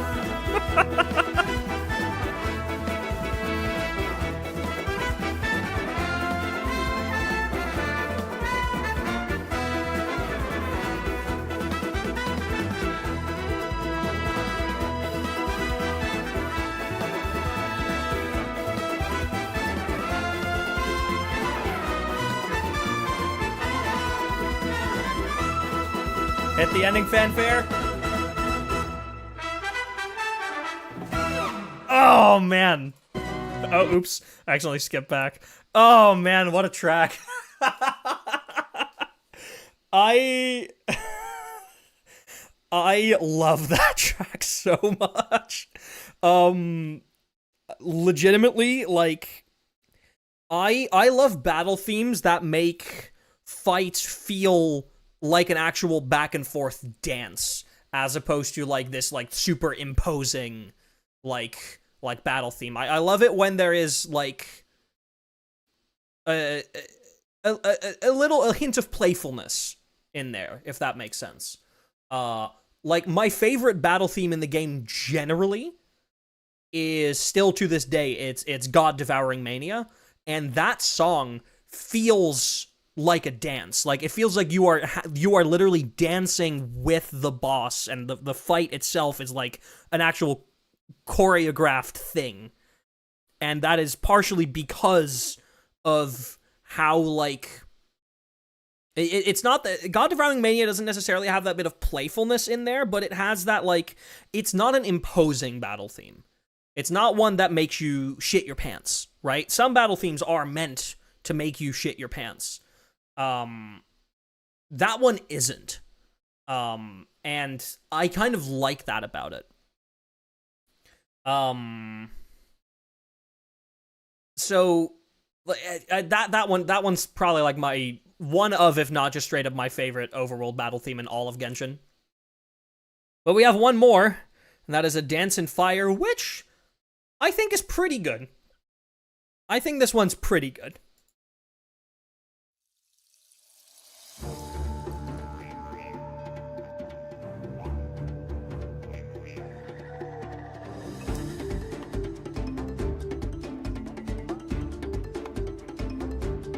This is definitely my least favorite of the three, but it's still, like, peak at minimum. Probably still gonna put it in era-defining, though.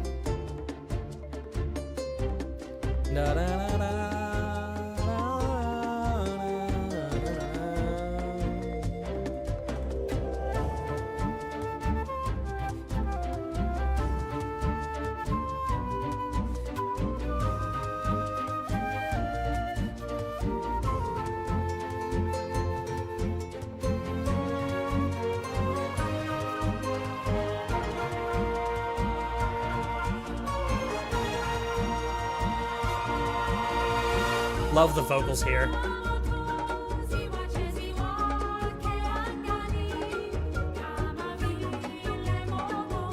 Swahili is such a beautiful language, man. Love how this is harmonized.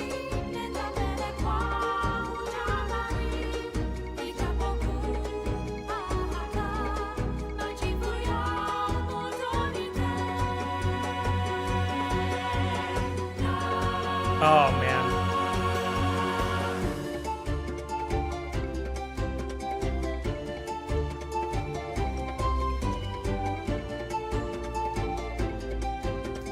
Yeah, I think this one still goes in era-defining, but definitely, like, lower. Like, probably, like, somewhere, like, right here is where I would put it, I think.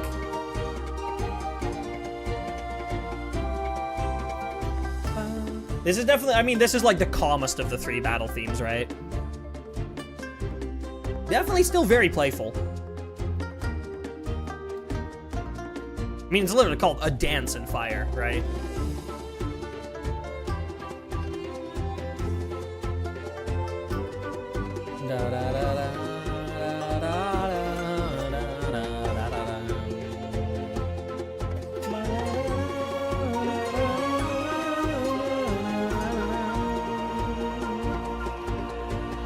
This is my favorite part of the song.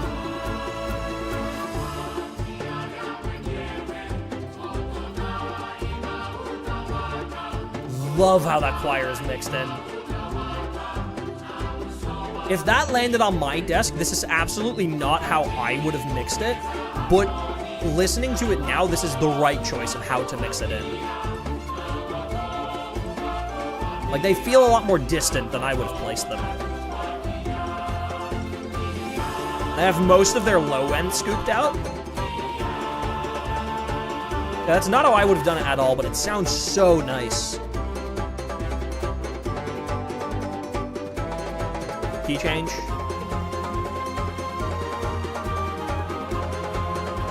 And then this ending fanfare is gorgeous.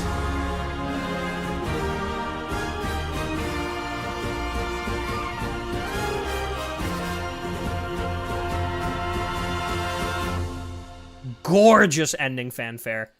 Absolutely beautiful. Yeah, that's definitely, like, it's my least favorite of the three, but, like, the bar is so high that that's not even a, like, criticism of the song. It is a very, very good track. I think, Sheev, you said it earlier. Natlan is probably, like, the most consistent when it comes to its battle tracks out of any region to me. Like, all of them are, like, instant, like, classics. Whereas some, like, most other regions have, like, one battle theme that I'm like, you know, I think it's okay, but I'm lukewarm about it. Natlan doesn't have any of those. Even in, like, Ochka Natlan and in the Sacred Mountain and in any of its, like, quest-exclusive battle themes, like, all of them are gorgeous, and none of them are skips or anything like that. Natlan is definitely, like, the most consistent they've ever been with battle themes. And A Dance in Fire is absolutely no exception. And this next one, Grim is the Night, while it's very different, I think it's still a very, very good track.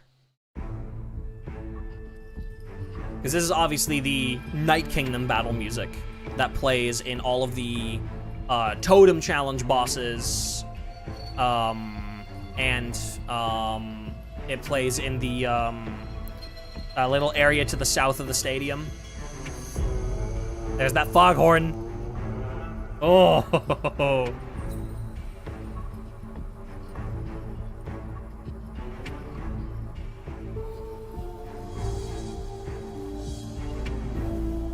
Well, if I replace the regular battle themes during the war section, yeah.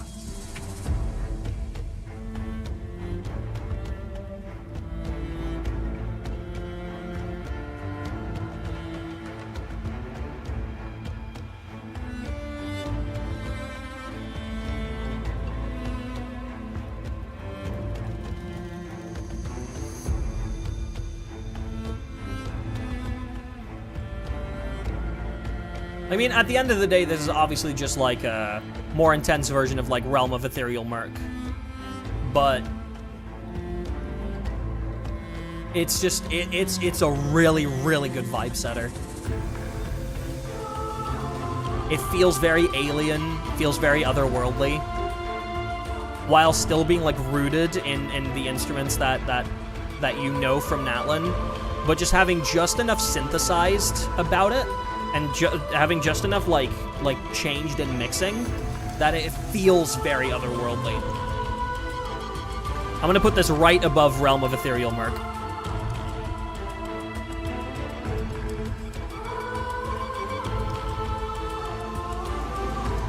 Yeah, that feels right.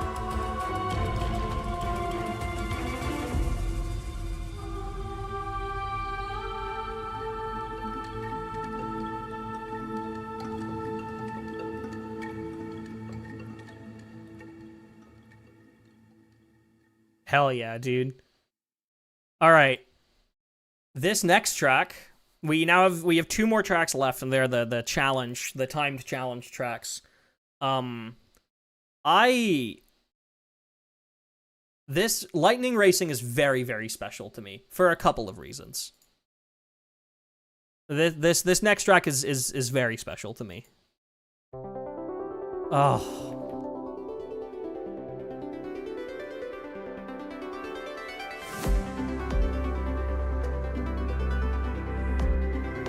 I love this one so much.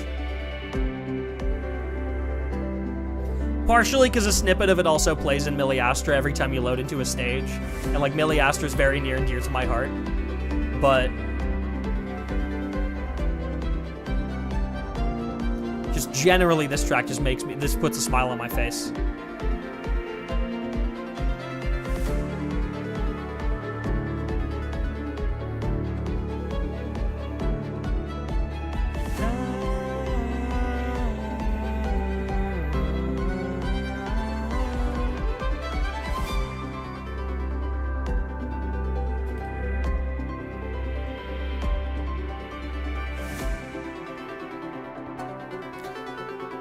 think the entirety of disc 3 is gonna go...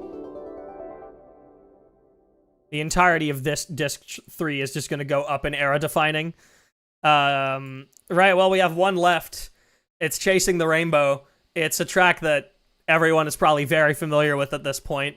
It's a very happy one. I like that they closed off the album with this and not with Grim as the Night. I appreciate they chose this one. I would have preferred if they'd closed it off with Lightning Racing, but I mean, yeah, just fucking hit it. Bum, bum, bum, ba-dum, da-da-da, da-da-da-da-da. Sharky, use Blade.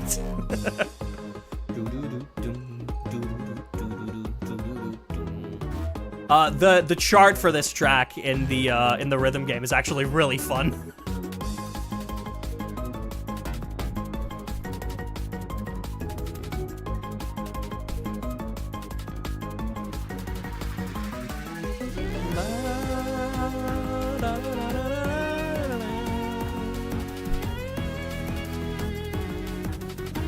This one just puts a smile on my face.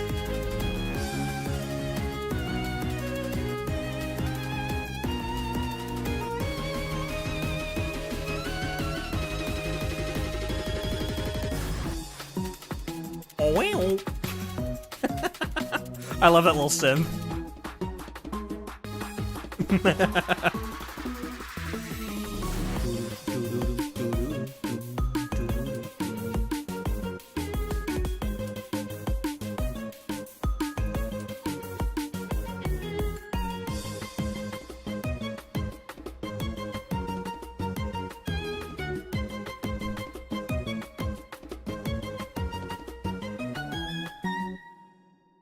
And that is, ladies and gentlemen, the first Natlan album. That one goes... let's put it like... Right there. Right there feels right. Oh, man. What an album. What a start to a region. Obviously, this is like...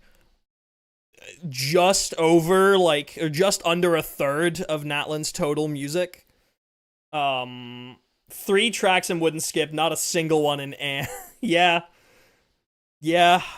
No, that's Natlan. That's gonna be the case for the other albums too, I can already tell you.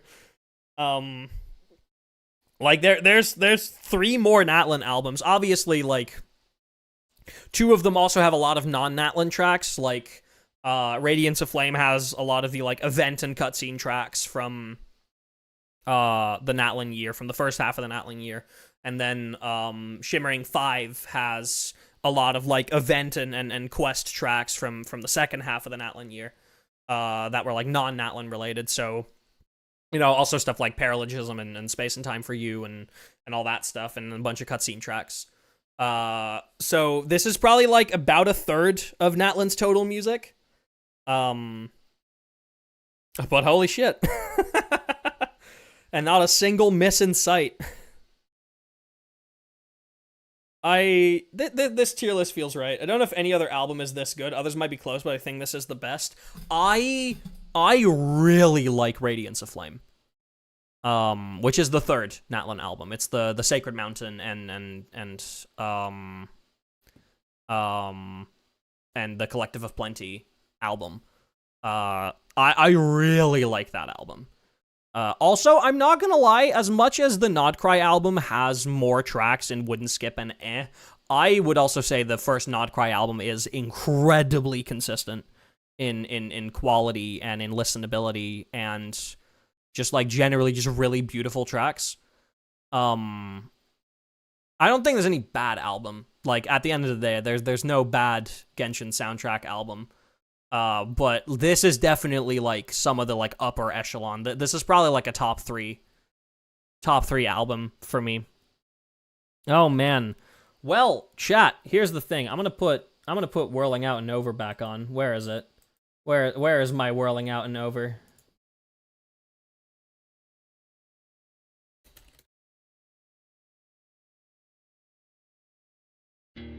There it is. With that a little quieter. Right.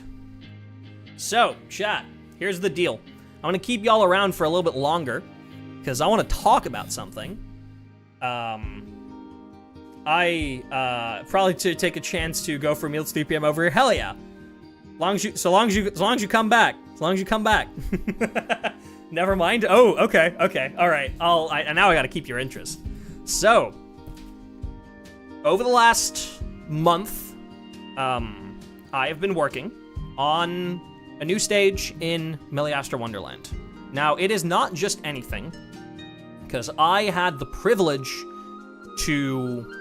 was given the privilege to build on the beta, which means that I had access to features that weren't available in the live game yet. And I've been working on that for the past month in mostly complete secret, because obviously I'm not able to fucking talk about it, right? At the very least, I wasn't able to talk about anything until they announced what I was the features I was working with. And even then, I had to ask permission for some things.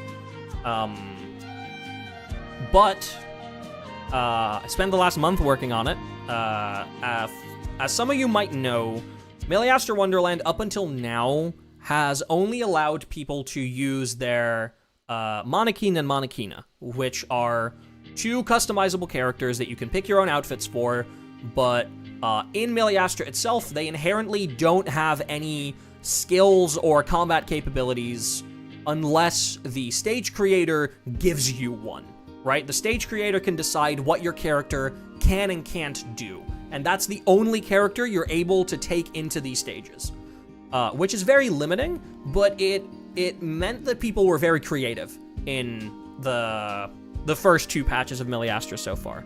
I made something in that myself. I made a cozy little cookie clicker idle game that did very well. It's still, to this day, sitting at number 2 on the North American servers, which is amazing and not something that I expected would happen. But, as announced little over a week ago, in the Luna 4 stream, is Meliastra's getting an update. It is a new part of the editor. It is a separate part of the editor in which you're able to build stages in what they call classic mode. And classic mode literally just means people can bring their own characters in. Their own characters that you have in Teyvat, that you've pulled for, that you've built, that you've given your own weapons, your own artifacts, that you've leveled up, constellations, all that jazz. You can use everything. And you can now build stages that are intended to be played with those characters. You can set restrictions on which characters you allow and don't allow. If you want to make character-specific stages, kind of like the Imaginarium Theater, Echo challenges. But obviously, when I saw this, when I got given access to that, one of the first things that I was like, we need this, is a damage calculator, a damage tester, a place where you can, in a vacuum, test all of your characters and all of your teams and all of your damage rotations against an immovable and immortal enemy that doesn't fight back, doesn't do anything, that doesn't have anything special, no extra mechanics that you have to play around, just a pure, raw, damage testing dummy. Where the only special thing about it is that it's a level 100 dummy with 1,000 defense and with 10% resistance to every element. Just like basically every fucking boss in the game, right? So I built it. That's what I've spent the last month building on. And tonight, in about 20-25 minutes, I'm probably pulling it forward actually, because I don't want to keep this stream going for too long. I will be posting the trailer for it. And in that trailer, you will also see when it's releasing. Because, obviously I've put a lot of work into this, but as you understand, something like this might take a while. But I've worked very hard, and I'll be staying up late tonight. But you should also be seeing the release date of that damage tester. Now, I know I'm probably not the only one who's built something like this.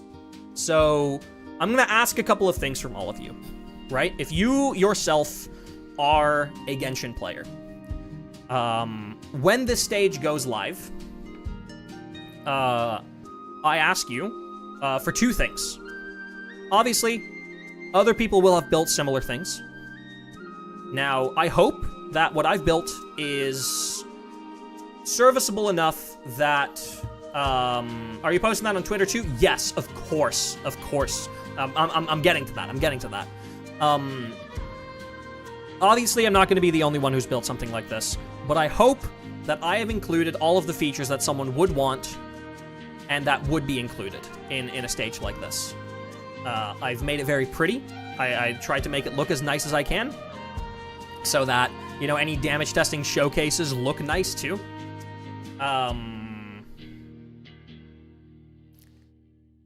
But that's why I'm asking you, once the stage goes live and once the trailer gets posted, please give it a shot, play it, leave a review on the stage itself. Those reviews genuinely do really, really help with it getting boosted. And share the trailer around. The trailer's going to be posted on a couple platforms. It's going to be posted here on my channel as a video. It's also going to be posted as a YouTube short, just because someone might be going through the shorts algorithm. It might catch on. I don't know. It's only a minute long, which is why it fits really nicely as a short. And yeah, it's going to be posted on Twitter. Sharing it around in any way, whether that is just by retweeting it or by posting the tweet in any of the communities that you're in which, like, Genshin is a regularly played game, would help me out a lot. The trailer releases in 8 minutes. I've changed the time for it. I'm gonna ping my Discord about it. If you're not in the Discord, by the way, you should get in there. ! Discord there on Twitch. On YouTube, the Discord link is in the description. So yeah, if you're not in here yet, get in. I'll be posting everything in there. Let me quickly go to my video notifications. I'm releasing the trailer a little bit sooner. Goes live in just over 5 minutes.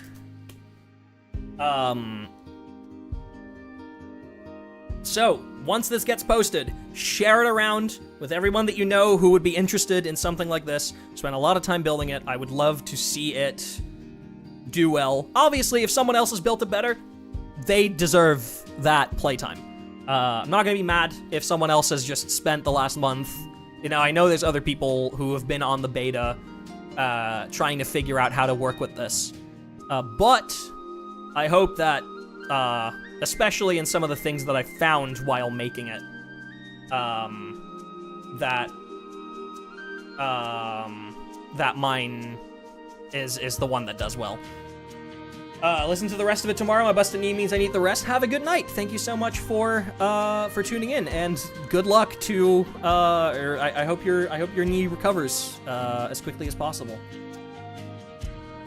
Still AR12, so you can't access it. You should be able to. Miliastra unlocks at like AR5 or like AR6. Miliastra unlocks very early. So you should be able to access it. But yeah, obviously, like, the trailer will have more information on, like, when it's releasing.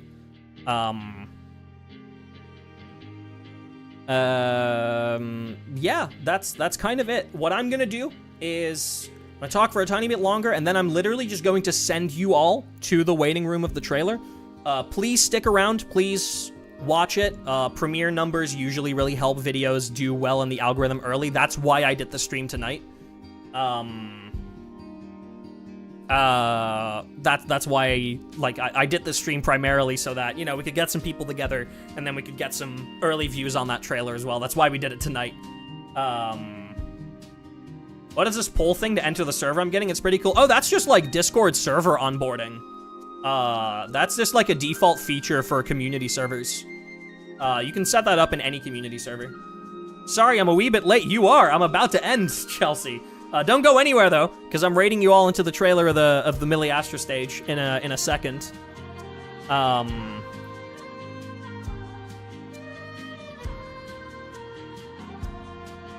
Right. I'm gonna post the link in Twitch chat a little early.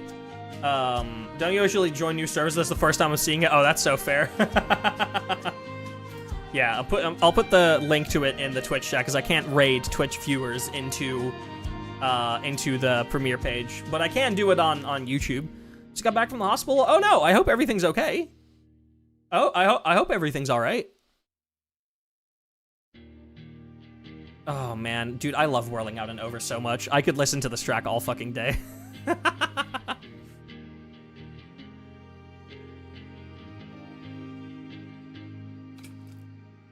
Yeah, super high speed, you can quickly catch up. Just rewind the VOD and then just, like, burn through it in the next 3 minutes. Right. Anyway, what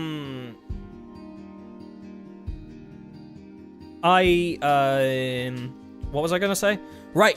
Obviously we have more Natlan albums to do. I'm gonna try my best to do these over the next couple of weeks, just occasionally whenever I have time on a Monday or Tuesday. Because those are my current days off, technically. I don't really have days off because I'm working basically every day, but those are my days off for the jobs that I'm doing that have specific days attached to them. So, yeah, I'll do some more of those in the coming weeks. Obviously, tomorrow, we're also playing through Nodcry Act 7 and 8 together. So, if you want to watch anyone play through the story, who is obsessed with everything that's going on, that's where you do it. That all being said, yeah, I hope that you all have a lovely, lovely rest of your evening. Trailer premieres in just over a minute. Don't go anywhere. Sit back, go and watch it, and then I will see you all tomorrow. All right? Bye-bye.